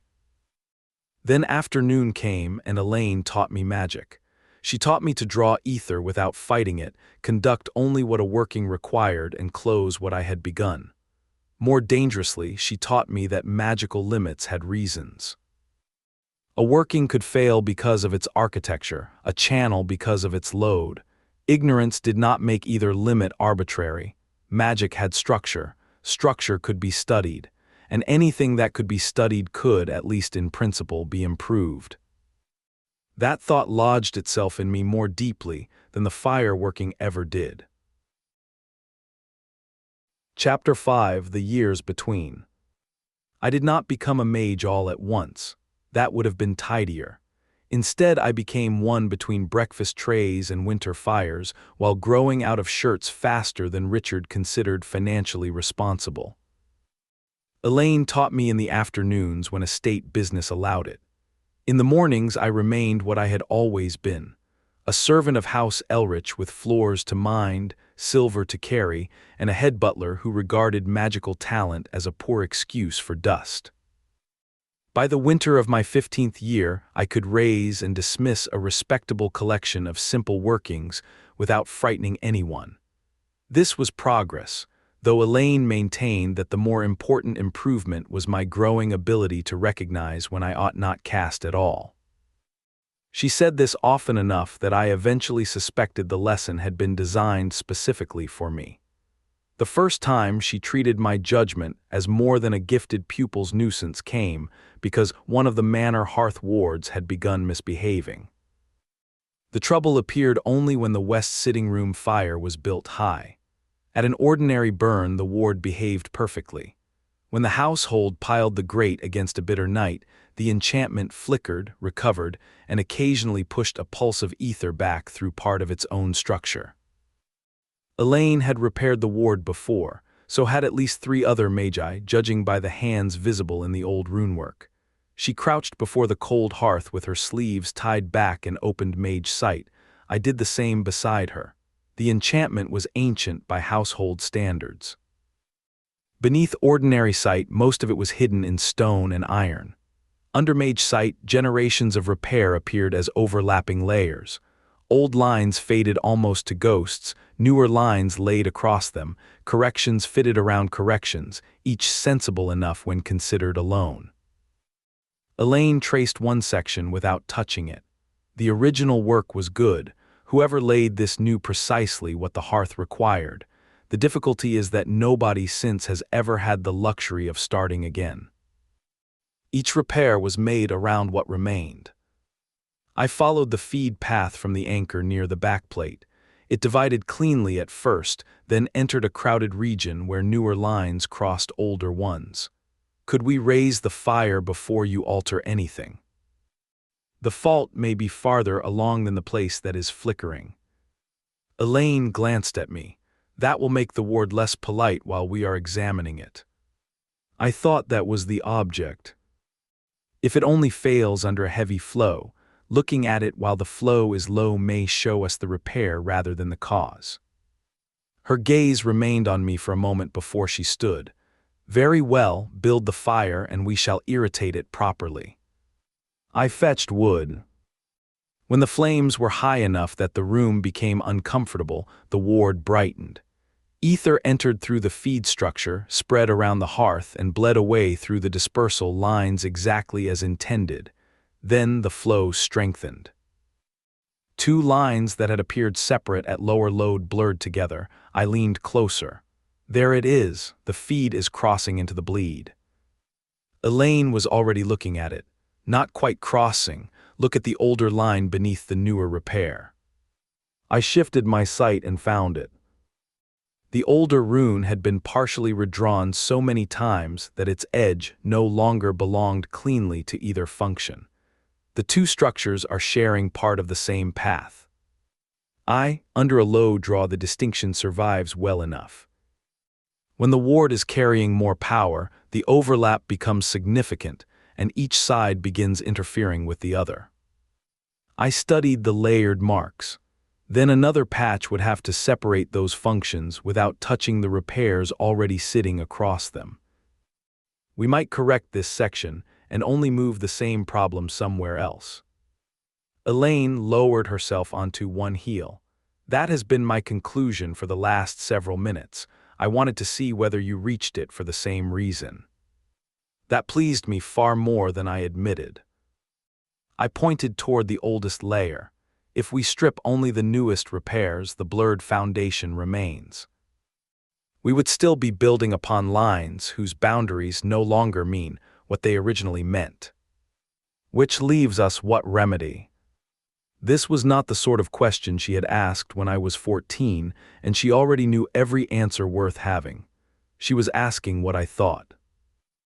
We depower the whole ward, let the residual ether bleed away, erase the accumulated structure down to a clean substrate, and lay it again from the beginning. Elaine gave a slow nod. Good. It will cost his lordship more and take us most of tomorrow. Then I assume you will explain that part to him. A wry smile appeared. I am an adept of the Royal Collegium, Aranvar. Naturally, I shall send the servant boy. I looked at her, she laughed and rose. We rebuilt the ward the following day. I remembered that hearth for years afterward, not because the work was particularly important, but because it taught me something books had not yet managed to put plainly. Repairs were not always the opposite of failure. Given enough time, enough hands, and enough sensible corrections laid over one another, the repairs could become the failure. Elaine began asking my opinion more often after that, not always. She had been practicing magic longer than I had been alive, and any version of this story in which I spent my adolescence correcting an incompetent old mage would be flattering nonsense. More often she showed me why my solution was incomplete, but she began listening before she did so. Spring arrived in mud. The estate roads softened, servants carried twice as much dirt into the manor as they removed from it, and Richard developed a personal hatred for boots. By summer, my sleeves had crept halfway up my forearms. By harvest, I had another coat, more duties I could perform without supervision, and enough magical competence that Elaine occasionally left me to finish ordinary maintenance while she attended another part of the estate. The manor changed around me in smaller ways. Servants left, others married. Children became old enough to work. Faces that had once seemed permanent disappeared into other households, other holdings, or graves. The Cooper cottage did not remain empty. I was 16 when I saw washing stretched between the ash tree and the old fence. For a moment I simply stopped on the path. There were stockings on the line that did not belong to Mother, 2 women's shifts, and a red kerchief snapping in the breeze. Smoke rose from the chimney. Someone had planted onions beside the wall where Mother had once fought an unsuccessful war against mint. Elaine Taylor came around the cottage carrying a basket against one hip. I knew her from the manor, where she worked as one of the younger maids. Her sister Helena followed with an armful of damp linen. Elaine saw me and slowed. Aranvar, I had wondered whether anyone told you they had given us the cottage. Richard mentioned it some weeks ago. I had simply not come this way since. She adjusted the basket against her hip. I hope you do not mind. We did not ask for this one in particular. The apology embarrassed me more than the cottage did. It belongs to the house, Elaine. It ought to be used, and you have done nothing requiring my permission. Helena looked toward the door, then back to me. We found a few old nail holes and one shelf that leans badly enough to threaten the crockery. If either is sacred to the Cooper family, you should tell us before Elaine attacks them with a hammer. Elaine gave her an offended look. I repaired one wash peg without bringing the wall down, which is more than Helena expected. Helena gave her a patient look. You split it and drove in a bent nail. I am withholding praise until the next washing. I laughed before I could help myself. For the first time, the cottage looked less like the room where Mother had died and more like what it actually was. A small House Elrich dwelling occupied by two young women who needed somewhere to sleep. Elaine's expression softened. We have oat cakes inside if you have time. Helena made too many. Helena shifted the linen against her shoulder. I made enough for 3 because Elaine eats enough for 2, but you are welcome to help with the evidence. I would accept merely to settle the dispute, but Elaine is waiting for me. Helena shifted the linen higher in her arms. Then you had better go. Adept Smith has the look of a woman who remembers lateness for generations. That is because she does. I left them arguing over the wash peg. I did not go inside. That evening I realized I no longer knew where Mother had kept the spare kindling, because Elaine and Helena would have moved it wherever suited them. Their cups stood on the shelf. Their clothes hung beside the hearth. Their quarrels lived inside those walls now. Nobody had taken my home from me. Time had simply stopped pretending it was still mine. By 16, I had also become convinced that Elaine was hiding something about my channels. She denied this with considerable skill. I responded with persistence. Eventually, after several months of what she called pestering and I considered responsible scholarly inquiry, she agreed to a proper capacity test on the condition that every detail of the experiment belonged to her until she said otherwise. We went to a worked-out stone quarry well beyond the cultivated fields. Nothing stood nearby but bare rock, old spoil heaps, and enough open ground that an unfortunate fire would have difficulty finding anything valuable. I had spent days preparing the discharge working. It was fire because fire was Elaine's strongest discipline, and because an uncomplicated elemental transformation gave us fewer unknowns.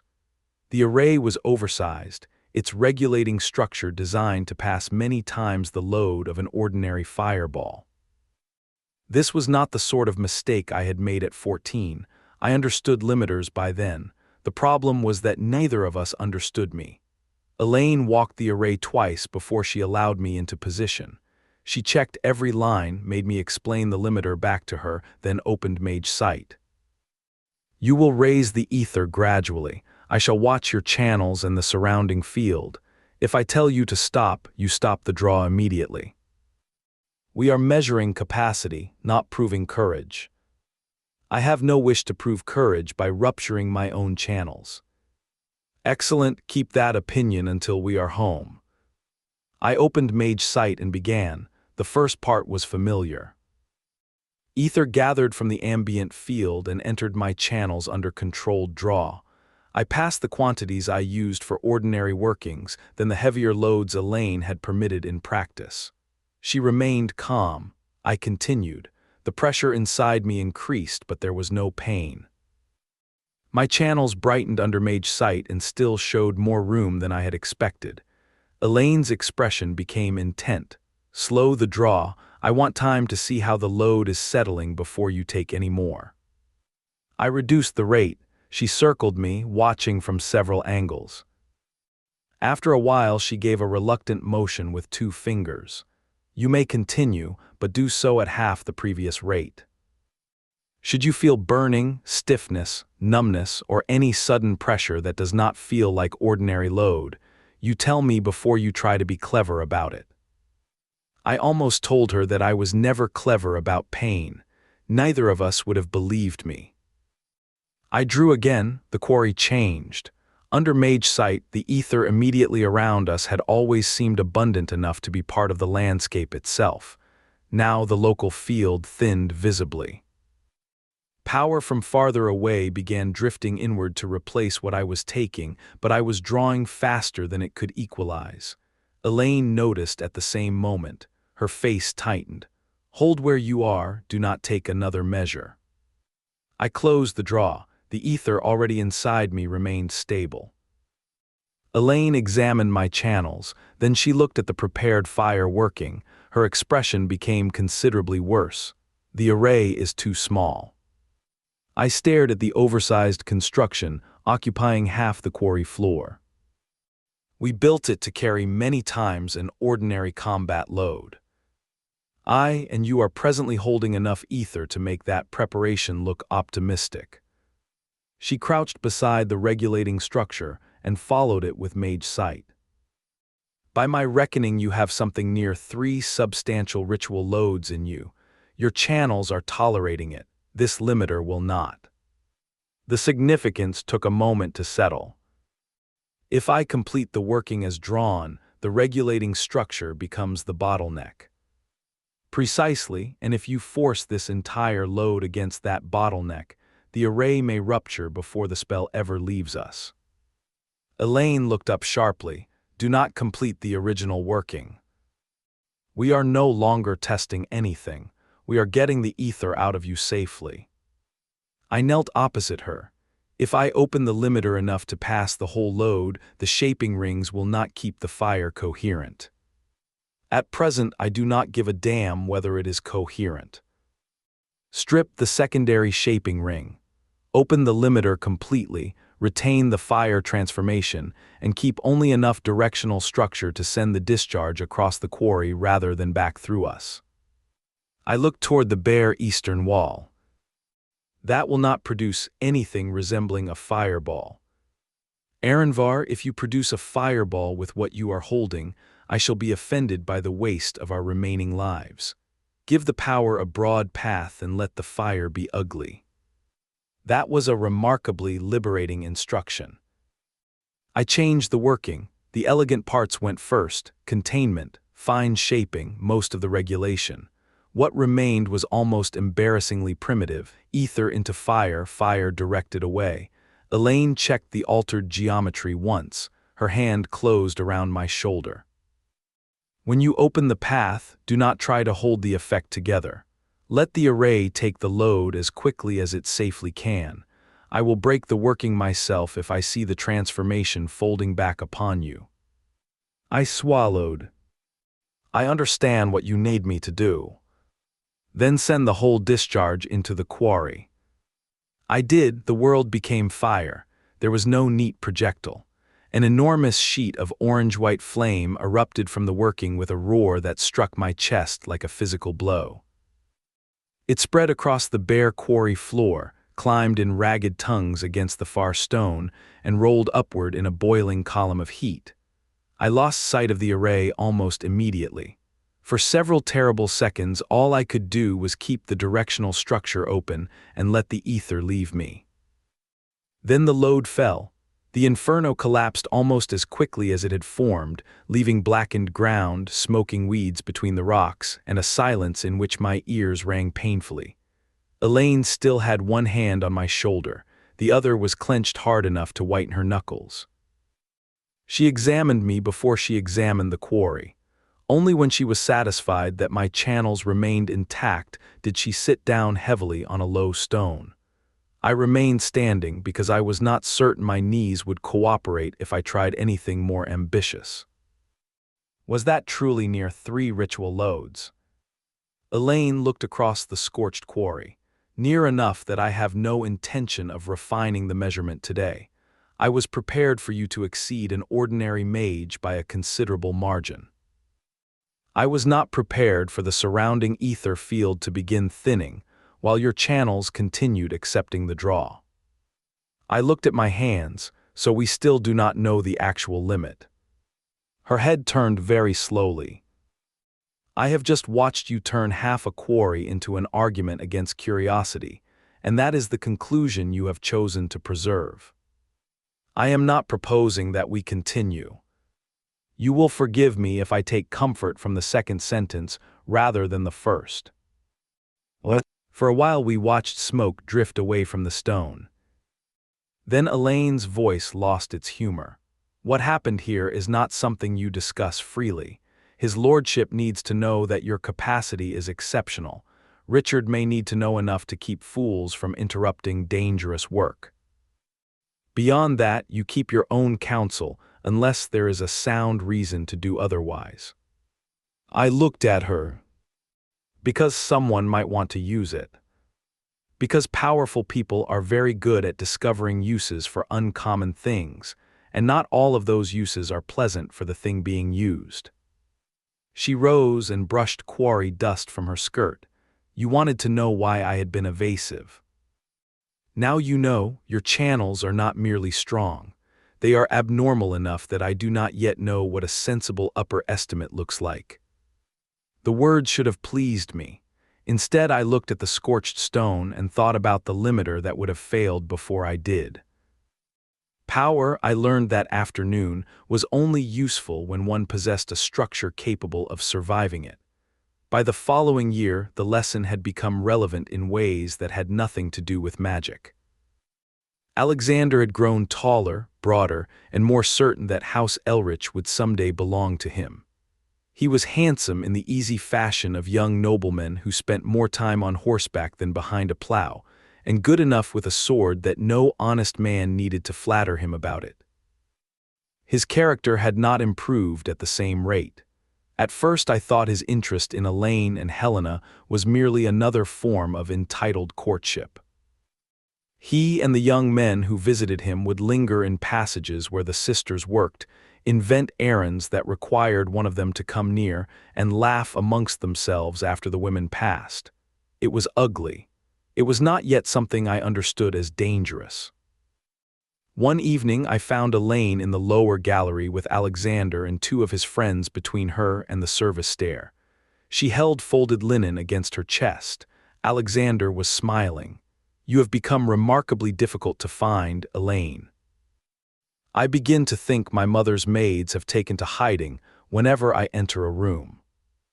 Elaine kept her eyes lowered. "Begging your pardon, my lord, I have been working wherever the household sends me. I meant no discourtesy." "Then you may repair the discourtesy easily enough. Bring wine to the west gallery after supper. My friends and I shall be there." Her fingers tightened around the linen. I knew Richard's schedule well enough to lie with confidence. I stepped forward and bowed. "Begging your pardon, my lord, Master Campbell has Elaine assigned to the linen count after supper. If you require wine in the west gallery, I can carry word to the pantry and see that another servant brings it." Alexander's smile faded when he saw me. "I was speaking to Elaine Cooper." "Aye, my lord, I only wish to spare you waiting upon a servant who has already been ordered elsewhere." One of his companions laughed under his breath. Alexander glanced toward him, then back to me. For a moment I thought he would insist merely because I had given him reason not to. Instead he stepped aside. "Very well, tell Campbell I expect someone less occupied to manage the difficult business of carrying a bottle." "I shall see it done, my lord." Elaine passed me without looking up. Alexander waited until she was halfway down the stair. "You have developed a troublesome habit of appearing where nobody asked for you." I kept my hands behind my back. "Household service has always required a great deal of appearing where I am needed, my lord." His eyes narrowed, but his friends were already bored. He dismissed me with a flick of his hand. Several days later, Helena caught me beside the scullery door. She glanced along the passage before speaking. Master Campbell did not have Elaine on any linen count that night. It was not phrased as a question. I adjusted the stack of ledgers under my arm. Master Campbell has a very extensive understanding of household necessity. Helena's mouth almost smiled. Then I am glad his understanding reaches the west gallery. She touched my sleeve briefly before continuing toward the kitchens. After that, I began noticing what I had previously dismissed. Elaine and Helena stopped taking certain passages alone. If Alexander's friends were in the house, one sister often waited for the other before walking back to the cottage. Errands that should have taken 5 minutes somehow became subjects of quiet negotiation among the younger maids. Alexander still smiled. He still called it teasing. Sometimes the women even laughed when he did, because servants learn very young that laughter can be cheaper than offending an heir. I did not yet understand the whole of it. But by late in my 17th year, I had stopped believing it was harmless. And once I stopped believing that, I began watching Alexander very carefully. Chapter 6: The Breaking of House Elrich. Autumn had ceased being picturesque by then. The first part of the season belonged to poets. Oaks went red and gold along the estate roads, apples filled the lower orchards, and the morning air acquired just enough bite to make a warm kitchen seem an achievement rather than an inconvenience. Late autumn belonged to people who intended to survive winter. By the time I was 17, I knew the difference. The barley and wheat had mostly come in, but harvest did not end when the last cart left the field. Grain had to be threshed and winnowed. Roots were lifted before hard frost. Apples were sorted between those worth keeping and those destined for cider or the pigs. Smoke rose from cottages where meat was being cured, and every household with sense counted its firewood more carefully with each shortening day. A peasant family could spend autumn surrounded by food and still be frightened of hunger. A sound harvest had rents and dues attached to it. Seed had to be held back for spring. Animals that could not profitably be fed through winter went beneath the knife. Roofs were patched before snow found the weak places, ditches cleared before rain flooded the roads, and anyone owing labor to the manor somehow had to perform the baron's autumn work while completing his own. The free tenants complained about all this. The serfs generally complained more quietly. At House Elrich, autumn produced another sort of labor. Mud arrived upon every boot, barrels multiplied in the stores. The kitchen smelled of baking apples, wood smoke, rendered fat and spices expensive enough that I had once believed cinnamon must grow exclusively upon royal estates. Richard Campbell regarded the mud as a greater threat to civilization than any winter. He caught me in the lower passage on the afternoon of the dinner, carrying a tray of polished cups past a set of brown footprints that crossed the floor he had ordered scrubbed less than an hour before. "Cooper, I require your considerable intellect for a difficult investigation." I stopped beside him. Richard pointed towards the prints. "Someone has walked across my clean floor wearing muddy boots. Discover the culprit before he reaches another room." I examined the trail with the gravity his request deserved. "The evidence strongly suggests a man with feet, sir." Richard turned his head towards me. I maintained a respectful expression. "Your magical education has been worth every silver penny. I am pleased to have justified the expense." His mouth tightened at one corner. "Follow the mud, Cooper." "Aye, sir." I believe even an unlicensed thaumaturgist may manage that much. I was 17, very nearly 18, and therefore possessed the dangerous confidence of a young man who had survived enough consequences to believe he understood them. That evening cured me of some of it. House Elrich was giving a proper noble dinner, not the ordinary country affair where Jonathan invited 2 neighboring landholders to argue about a boundary ditch until everyone became hungry enough to compromise. Carriages had begun arriving well before dusk. Grooms led steaming horses towards the stable while servants hurried through a cold drizzle with cloaks, baggage, and gifts. The guests came from both sides of the country surrounding us, which suited House Elrich rather well. Our barony sat in the broad cultural seam between Astramor's coastal lords and its forest lords. The distinction had never been drawn by royal surveyor. There was no milestone reading "Here ends refinement." Nevertheless, anyone raised in the kingdom understood it. The western coastal houses tended to be older, richer, and better acquainted with the fact. Their lands faced the great waterways and trading country. Their genealogies regularly reached back farther than surviving records, a feat which never appeared to trouble the genealogists responsible. Many claimed descent from families of the old Auric civilization before the inundation. Some were probably correct. The further west one went, the more often the gift appeared in old noble lines, and I had heard since childhood that a fair portion of the coastal aristocracy carried blood from families that had survived the destruction of the old order. Precisely which families had survived it was another matter. 9 centuries give men ample opportunity to improve their ancestors. The forest lords farther east were generally less interested in proving that some remote forefather had dined with an archmage. Their houses tended to be younger and their histories more practical. One ancestor had cleared a valley, another had held a ford against raiders, a third had killed something troublesome in the deepwood and been granted whatever land remained afterward. Their roads were poorer, their walls were thicker. A coastal lord might spend dinner discussing a marriage, a harbor toll, or whether his grandmother's blood entitled him to precedence over another man's wife. A forest lord was more likely to ask how many lances a barony could raise, whether the autumn road would carry wagons after 3 days of rain, or how many sheep had vanished near the eastern treeline. House Elrich had spent generations belonging comfortably to neither camp. We possessed enough old ancestry to dine respectably with the western families, and enough frontier habit that a visiting forest lord could complain about a washed bridge, without first changing the subject to something elegant.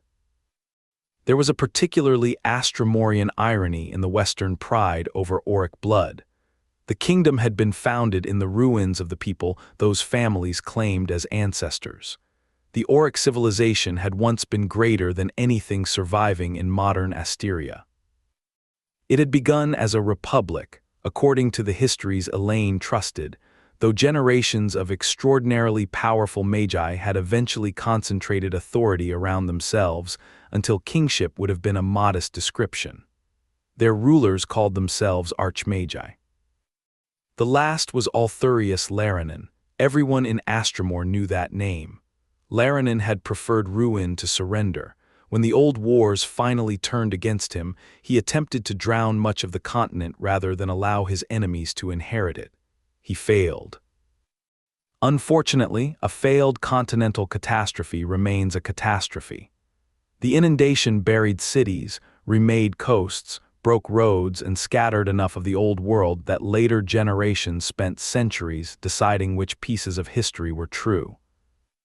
The ancestors of King Velarus claimed descent from the leader who rallied men against the Archmagi during that collapse. For generations afterward, the crown's solution to magical tyranny had been straightforward. If a child manifested the gift, kill the child before the gift grew with him. So great was Laranen's shadow that magi who had fought against him died beside those who had served him. Children born long after the inundation inherited punishment for crimes committed before their grandparents had been conceived. How long the practice remained universal was something historians still argued over. The stories agreed upon how it began to end. A duke's son manifested magic. The crown demanded the law. The duke refused. According to Illane's favorite version, he informed his king that he would submit to execution for treason if his majesty required it, but he would not murder an innocent son merely because Althurius Laranen had been a monster. The king relented. The boy eventually became the first lord of the royal collegium. Thus Astramor reached the rather sensible conclusion it had followed ever since. Magical power was not itself a crime, but leaving magical power ignorant and uncontrolled was a splendid way to manufacture future crimes. I was thinking about that while carrying wine behind a coastal gentleman who had spent 10 minutes explaining why his family possessed unusually pure auric blood. Older Aranvar finds the irony entertaining. 17-year-old Aranvar mostly wondered whether the man would notice if I emptied the decanter over his head. Cooper. Richard appeared beside me. I straightened. My apologies, sir. I was listening to his lordship's ancestry. Then you have suffered enough. The west table requires more red wine. I took the empty decanter from him, a merciful reassignment. Do try not to contemplate the collapse of civilization while pouring it. The formal dinner passed without disaster. That should have warned me.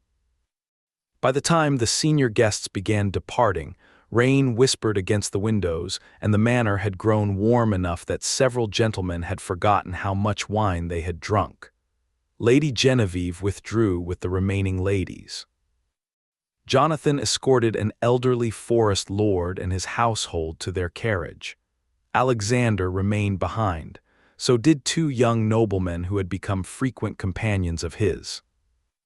They were sons of lesser houses, respectable enough to dine beneath Jonathan's roof and young enough to find Alexander's friendship worth cultivating.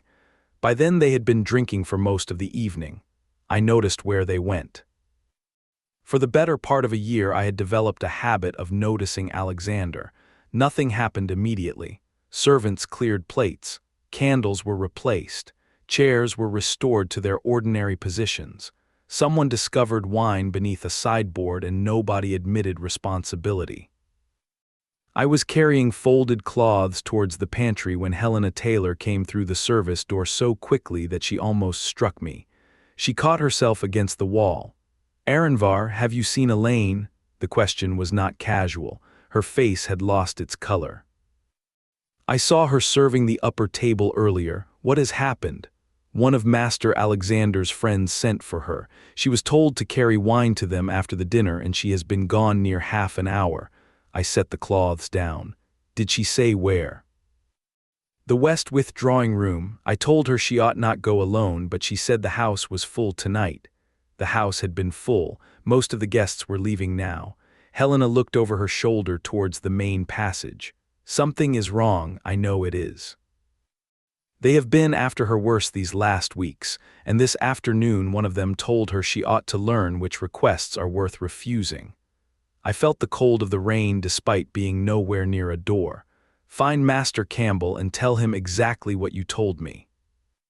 Helena caught my sleeve when I turned. "Please do not leave her there whilst I search half the manor for him." I looked at her hand, then at her face. 3 years earlier I had run through those halls desperate to find someone who would believe me before it was too late. Helena had not gone looking for Jonathan, she had come to me. "I shall not leave her there. Find Richard, then bring him or a guard to the West Gallery." Her grip loosened. "What will you do if they refuse to let her leave?"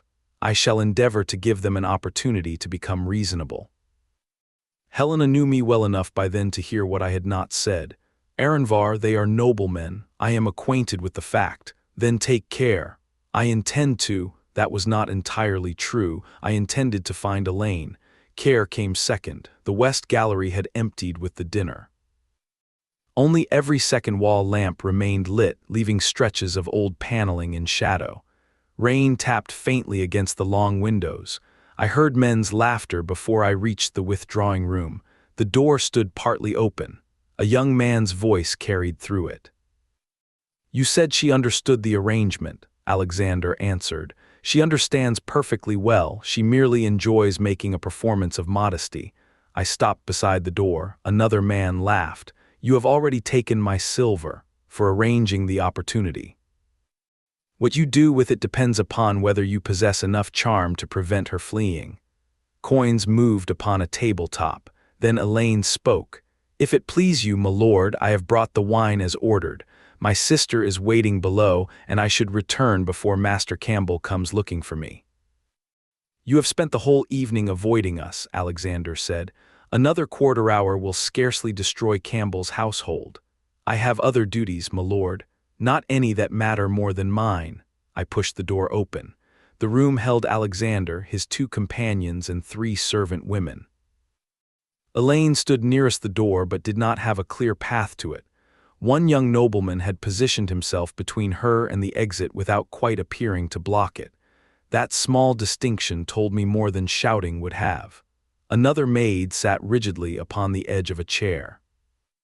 The third stood beside the hearth with her arms folded tightly across herself. Silver lay on a side table beside an open wine bottle. Alexander looked at me, his amusement vanished. "Cooper, who summoned you?" I stepped into the room. "Begging your pardon, my lord." "Elaine is required below." He glanced towards her and gave an indulgent smile. "I have already excused her from whatever Campbell intended.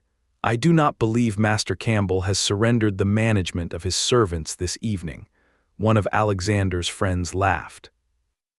Alexander did not, his eyes narrowed. "Careful," I lowered my head slightly. "I mean no discourtesy, my lord. Her sister has been searching for her and the household is still clearing the dinner. I can send another servant with whatever you require."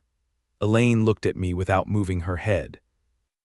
Alexander noticed. "So that is how it is." He set down his cup. "You have spent months inventing errands whenever I speak to these girls. I had wondered whether you imagined yourself their keeper. They are household servants, my lord. Master Campbell is generally the man who decides where they are required." The nobleman beside Elaine reached out and caught the edge of her apron. "Campbell is not here." Elaine recoiled. The man's smile widened. I looked towards Alexander. He did nothing. Something settled inside me, not rage. Rage came later. This was understanding. I looked at the silver on the table. "Was the coin for the wine?" Alexander followed my gaze. His face changed. "You are becoming dangerously interested in matters above your station. The women do not appear to share your friend's enthusiasm for the arrangement." The man beside Elaine stepped towards me. "Mind yourself, boy." I ignored him. Alexander came away from the hearth. "Those women are housed by this family. They eat from this household. Some have received better duties because I asked it. If they occasionally choose to be pleasant to my guests, that is no concern of yours." Elaine's mouth opened. Alexander cut her off with a glance. "You and Helena live in a cottage my father could give to another family tomorrow. I should think gratitude would be easier than this endless coyness." That was the moment the entire thing changed shape. The lingering in corridors, the invented errands, the unwanted touching dismissed as play, the women changing routes through the manor. Alexander was not merely ignoring refusals. He had found the weight behind every servant's obedience and begun using it for another purpose. A servant did not possess only wages.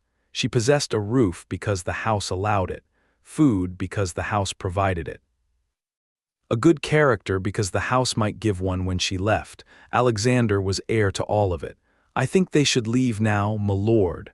The room became quiet. Alexander's eyebrows rose. "You think?" I had gone too far to retreat into the safety of implication. "My lord, I think they have made their wishes plain enough." His companion took hold of Elaine's wrist. She twisted against him. I drew ether. The array formed outward before my hand, its rings locked. A transparent barrier struck into place between us with enough force that the young nobleman stumbled backward, his grip torn from Elaine. Alexander and his companion stood on one side. The women stood with me on the other. For several breaths nobody spoke.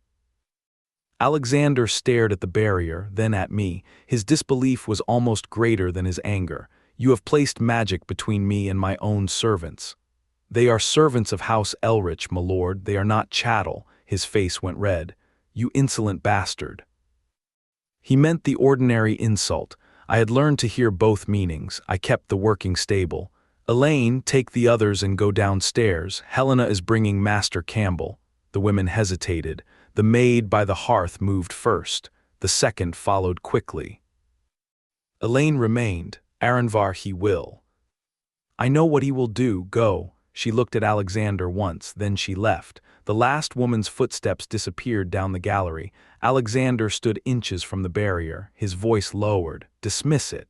I shall do so once they are safely clear." "They are clear enough. You will put it down now." I listened to the retreating footsteps until I could no longer hear them. "Very well, my lord." I released the working. The array dissolved. Alexander hit me before I had fully lowered my hand. His fist caught my mouth and threw me sideways against the doorframe. For an instant all I could taste was blood. I turned back. Alexander's chest heaved. "You will never raise magic against me again." "I raised a barrier, my lord." "Had I raised magic against you, this conversation would be rather different." It was an appalling thing to say to an angry nobleman. It was also true. One of his friends struck me from the side. After that, there was little room for conversation. I managed to put the first man into a table. The second knew less about fighting than he believed, but 3 men require remarkably little individual talent when all 3 are striking the same person. Alexander was different. He had trained seriously for years. He caught me across the jaw, then drove a fist into my ribs when I tried to close with him. Someone hit the back of my head. I went down to one knee. Ether surrounded us. It always did. That was the terrible simplicity of it. I did not need to reach for a hidden weapon. I did not need to escape and return prepared. One thought and one properly formed working could change the nature of the room. Alexander kicked me beneath the ribs. Pain went through me so sharply that Mage's sight opened without intention. Ether lay everywhere. I drew not much, enough. The beginnings of an array appeared before my hand. The young nobleman nearest me saw it and stumbled away. "Alexander, he is casting." Everyone stopped. I looked at them through one swelling eye. Illane had taught me fire. She had taught me enough frost by then to make the alternatives no kinder. At that distance, I could have ended the fight before Alexander crossed the space between us. More importantly, I understood exactly what ending it would mean. I remembered the quarry. 3 substantial ritual loads and my channels still had not reached their limit. I remembered a hillside disappearing behind fire. I remembered Illane telling me that capacity was not permission. Alexander's face had changed. For the first time in my life, I saw fear in it. Part of me wanted to reward that fear. I wanted him to understand that his title did not make him stronger than me. I wanted him to know that the servant he had spent years looking down upon could kill him before he drew another breath. The thought was clear. So was the choice. I let the ether go. The incomplete array vanished.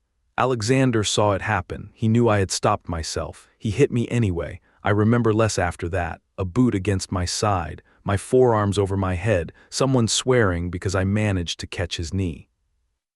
Then a voice that could have halted a cavalry charge. "Stand away from him this instant, Richard." The blows stopped. I heard boots crossing the room and the scrape of someone being pulled back. When I looked up, Richard stood between Alexander and me. 2 household guards had arrived behind him. Helena and Illane were farther down the gallery. Richard's eyes swept the room. The silver, the wine, Alexander's bruised cheek, me on the floor. His face became extraordinarily calm. That was Richard at his angriest. "Master Alexander, I believe this evening has gone quite far enough." Alexander wiped blood from his mouth. "He attacked us with magic." Richard glanced towards me.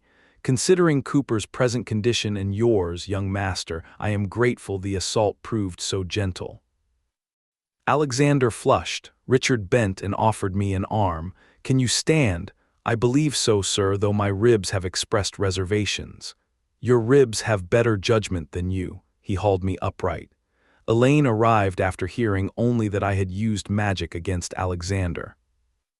She entered the smaller sitting room where we had all been gathered and looked past me immediately. "Where is Master Alexander?" He stood near his mother's chair, a bruise rising beneath one eye. Illane crossed half the room before she apparently realized he possessed all his limbs. Her shoulders dropped. Jonathan noticed. "Adept Smith, why did you come in expecting my son to be the injured party?" Illane turned towards him. "Because I was told Aranvar used magic against him." "He raised a barrier," Lady Genevieve said. "Whatever happened afterward appears to have been fought with fists." Illane looked at me then. My lip had split. One eye was swelling shut. Breathing hurt. Her mouth became a thin line. "Then your son has enjoyed an exceedingly fortunate evening, my lord." Jonathan frowned. "I would prefer you to explain that." Illane came beside my chair and examined my face before answering. Some months ago, I tested Aranvar's channel capacity. I did not tell you the full result because I considered discretion prudent. Jonathan's gaze shifted to me. You said his capacity was exceptional. I understated the matter. Elaine's diagnostic working formed briefly near my ribs, her expression darkened. When we stopped the test, he was safely holding roughly 3 substantial ritual loads of ether. We stopped because the array we had prepared was approaching its own limits before his channels approached theirs. Lady Genevieve stared. Alexander laughed once, uncertainly. That is absurd. Elaine looked over her shoulder. Should you wish to dispute the measurement, young master, I can show you the quarry. His amusement disappeared. She returned her attention to Jonathan. When I heard he had cast against 3 men in a confined room, I expected at least one of them to be dead. Instead, he placed a barrier between those men and several women, released it when the women were clear, and then allowed himself to be beaten rather than answer fists with destructive magic. Jonathan looked at me for a long moment. Aloud, Elaine's expression hardened. Do not confuse restraint with helplessness, my lord. Had he chosen to answer violence with the full measure available to him, your difficulty this evening would not be a household scandal. It would be deciding how many families required death notices. No one spoke. Elaine rested a hand briefly against the back of my chair. You may judge the wisdom of how he entered that room as you please. I certainly intend to, but be grateful for the judgment he showed once matters became violent. Richard stood near the door. His face suggested he possessed several opinions of his own and intended to deliver them later. The women were heard separately. Elaine spoke with Helena beside her. She did not embellish. That made it worse. Alexander had offered easier duties, better assignments. Protection for the cottage. His friends had sometimes given him coin or favors after he arranged for particular women to attend them privately. A refusal did not always bring punishment. It merely carried the knowledge that it could. One kitchen maid had yielded because her mother also worked for the household. Another because Alexander had promised not to dismiss her brother from the stables. Elaine had resisted because Helena depended upon her and because she had learned, increasingly, that Alexander's threats often retreated when someone else was present. That evening he had decided someone else would not be present. Lady Genevieve listened without interrupting. When Elaine finished, the Baron's wife sat very still. Did Alexander or either of his companions force themselves upon you tonight? Elaine's fingers tightened around Helena's hand. Aranvar came before it went that far, my lady. Lady Genevieve's gaze shifted towards her son. For a moment I thought she might strike him. Instead she turned back to the women. What you have described is grave. It will be dealt with by this house. Elaine lowered her head. Thank you, my lady. There is another matter you must understand. Jonathan moved beside the hearth. Genevieve, she looked at him. If these accusations leave this household tonight, we will not be the only people deciding what happens next. The 2 young gentlemen involved belong to other houses. Their fathers will defend them. Their servants will speak. Every woman named will be questioned. Her eyes returned to Elaine. Some of those questions will be cruel, some will be asked publicly. I would spare you that if I can. Elaine looked uncertain. Lady Genevieve continued in the same controlled voice. Therefore you will speak of this only to Master Campbell, the Baron, Adept Smith, or myself until the matter is settled. No kitchens, no village talk, no confidences carried home to cousins. Helena's chin lifted slightly. And if we do speak of it, my lady. A faint pause, Lady Genevieve folded her hands. Then I cannot promise this house will continue to protect the employment and lodging of those who make private household disgrace into public scandal. There it was, wrapped in concern, delivered without anger. A threat spoken by a woman who probably believed she was preventing further harm. I watched Elaine's face close. Alexander stood 20 feet away and said nothing. Lady Genevieve had always treated servants well. That remained true. She had ordered extra coal for sick families. She had stopped visiting noblemen from striking servants.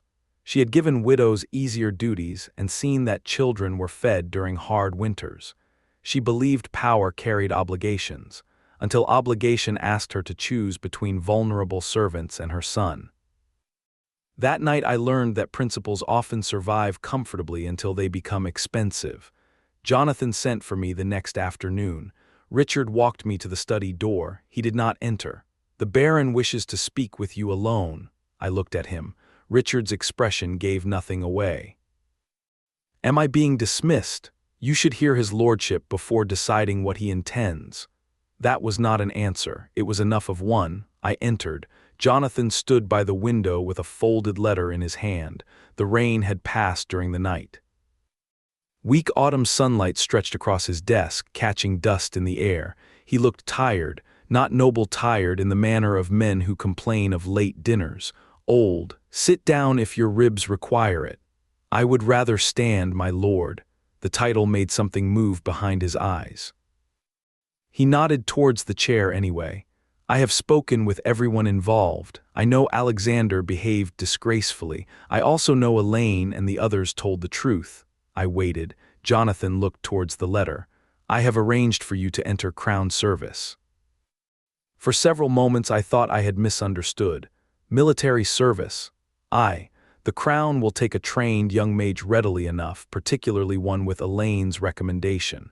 You will be paid, housed, and given instruction beyond anything this barony can furnish. I stared at him, and Alexander, his jaw tightened. "Alexander will answer to me. From his room, do not begin this badly." I laughed once and regretted it when my ribs answered. "My apologies, my lord."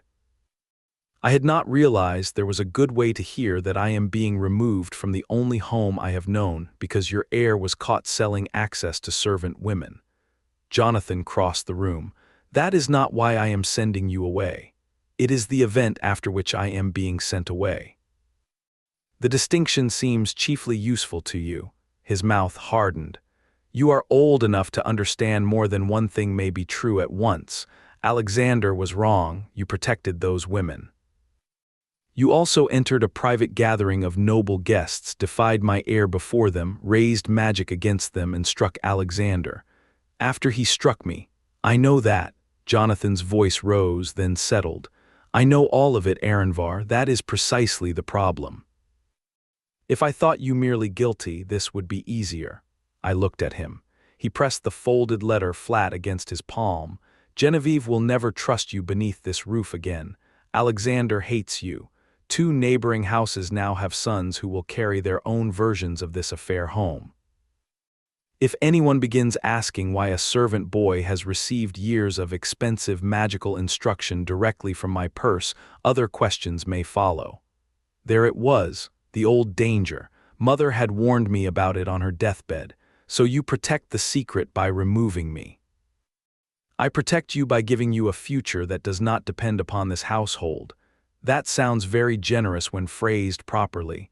Jonathan recoiled slightly. I knew I was being cruel. I continued. "You have always been good at providing for me from a safe distance." His face changed. "For 3 years I have paid for every book Elaine asked for, every reagent, every hour you spent learning instead of working. I have tried to give you something beyond service. And I am grateful for the books." The words sounded ugly even to me. Jonathan turned away. "I do not know how to speak to you when you are determined to make every sentence an injury. For 3 years, my lord, you have scarcely tried." He faced me again. "I tried after your mother's funeral, and when I did not make it easy, you returned to money." His nostrils flared. "Would you rather I had given you nothing?" "I would rather you had been my father." The room went silent. I had come close before, never that close. Jonathan looked away first. "That is not something the world allowed me to be openly." "Nobody is here now." His hand tightened around the letter. "Aranvar," I stepped nearer. "You know what he did was wrong, father." Jonathan went utterly still. 3 years of my lord ended in one word. I watched it strike him. His eyes closed. When he opened them again, grief had appeared beneath the anger. "Do not use that word merely to wound me. Why should the truth wound you?" because you have refused it for 3 years and choose now to invoke it only when you want something from me." That stopped me. He had found his mark. Jonathan saw it. Neither of us retreated. "I want you to do what a father ought to do," I said. "Your legitimate son used this house, your servants, and your name to corner women who depended upon you for protection." I stopped him. He beat me for it. Now he keeps his inheritance and I lose my home. "You think I do not know how that looks? I do not particularly care how it looks. Then you remain 17. His voice cracked like a whip. "You see one injustice and demand that I tear down everything around it as proof that I have noticed. I have tenants depending upon this house. Servants, retainers, agreements with neighboring families, a wife who is already half mad with fear for her son's reputation. An heir who, whatever you think of him, remains the future of this barony unless the crown says otherwise. Then perhaps he should learn that inheritance carries obligations as well as privileges." Jonathan flinched again. I had learned that lesson from men like him. "I know what inheritance carries." His voice dropped. "I became heir because 2 brothers died while I was still too young to ride with them. I inherited land I never expected, duties I had never prepared for, and a marriage required to keep all of it from falling apart." "Mother," we both heard her name without either speaking it. Jonathan rubbed one hand over his face. "I made choices I despise. I have spent half my life paying for them. And Mother spent the rest of hers paying too." His hand dropped. "Do not bring Juliana into this. She is already in it. Your mother understood more of what happened than you ever permitted yourself to hear." My anger surged. "She understood you. That was one of her faults." Jonathan stared at me. I knew instantly I had gone too far. I could have stopped. "So could he. Do not speak of her as though you alone loved her," he said. "You were a child when she died. You knew the mother she chose to be for you. You did not know every part of the woman. The cruelty in it was precise. It suggested a life between them from which I had been excluded." That was why he said it. My hands curled. Then perhaps I was fortunate. The part of her I knew did not abandon people when they became inconvenient. Jonathan's face went white. Silence filled the study. When he spoke again, his voice was very quiet. "If Juliana could see what you have become in this moment, she would be ashamed of the way you are using her memory. That did it. My mother had told me not to inherit her wounds. Jonathan had found the one weapon capable of making me forget. I stepped closer. "Do not you dare tell me what would shame her." His expression hardened. "I knew her before you existed, and still failed her." His hand twitched. For a moment I thought he might strike me. He did not. That somehow made it worse. I looked at the man who had given me books, paid for Elaine, protected my future in every material way he could manage, and failed repeatedly whenever love demanded that he stand openly beside me. At 17, I could not hold all of those truths together.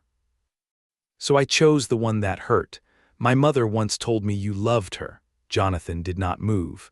"I used to wonder how such a good-natured woman ever brought herself low enough to love a man who could always find a duty more important than her." The words landed.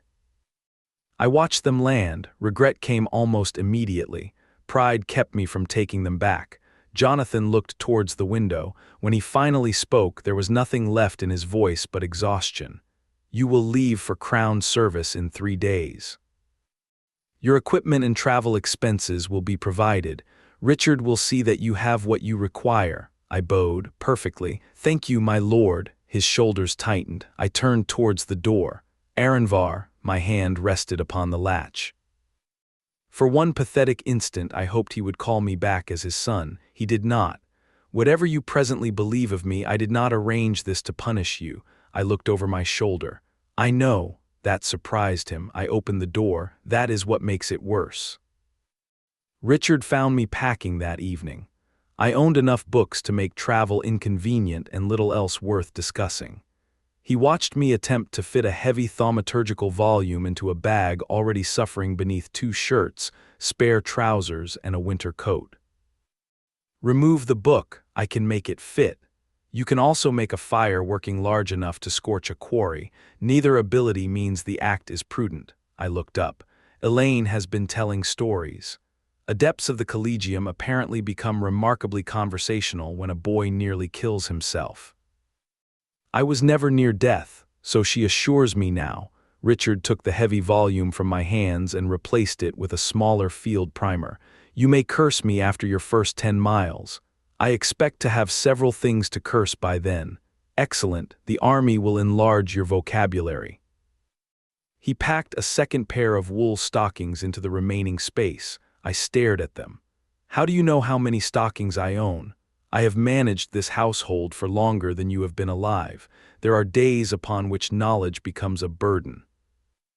Despite my ribs, I laughed. Richard's expression softened, then he sat on the edge of the chest. You were right to help those women. The humor left me. He continued before I could answer. You were wrong to walk alone into a room containing 3 drunken noblemen when both his lordship and I were within the house. I did not know where either of you were, and Illane had already been gone too long. And that is why I said you were right to act. Do not confuse that with handling the matter well. He pointed towards my bruised face. A soldier who sees a problem and charges towards it without considering who else may be brought to bear usually becomes a dead soldier. Sometimes quickly enough to save everyone the inconvenience of learning his name. I shall endeavor not to die anonymously. Endeavor to do what you are told. There was Richard. The army will not care that you are clever. It will care whether you are where you were ordered to be, whether the man beside you can depend upon you, and whether you decide to improve instructions in the middle of carrying them out. Suppose the instruction is plainly foolish. Then remember that the officer may know something you do not. And if he does not, Richard gave me a dry look, you will discover that armies have spent several thousand years answering that question by inventing sergeants. I smiled. He rose. At the door he stopped. You did well yesterday, Cooper. I looked at him. Richard stared at the wall instead. Do not oblige me to elaborate. I would not dream of it, sir. Good. He left before either of us became embarrassing. Illane came not long afterward. She carried a narrow leather case. Inside were good chalk, spare ink, measuring cord, 2 quills, and a blank notebook. I ran a thumb across the leather binding.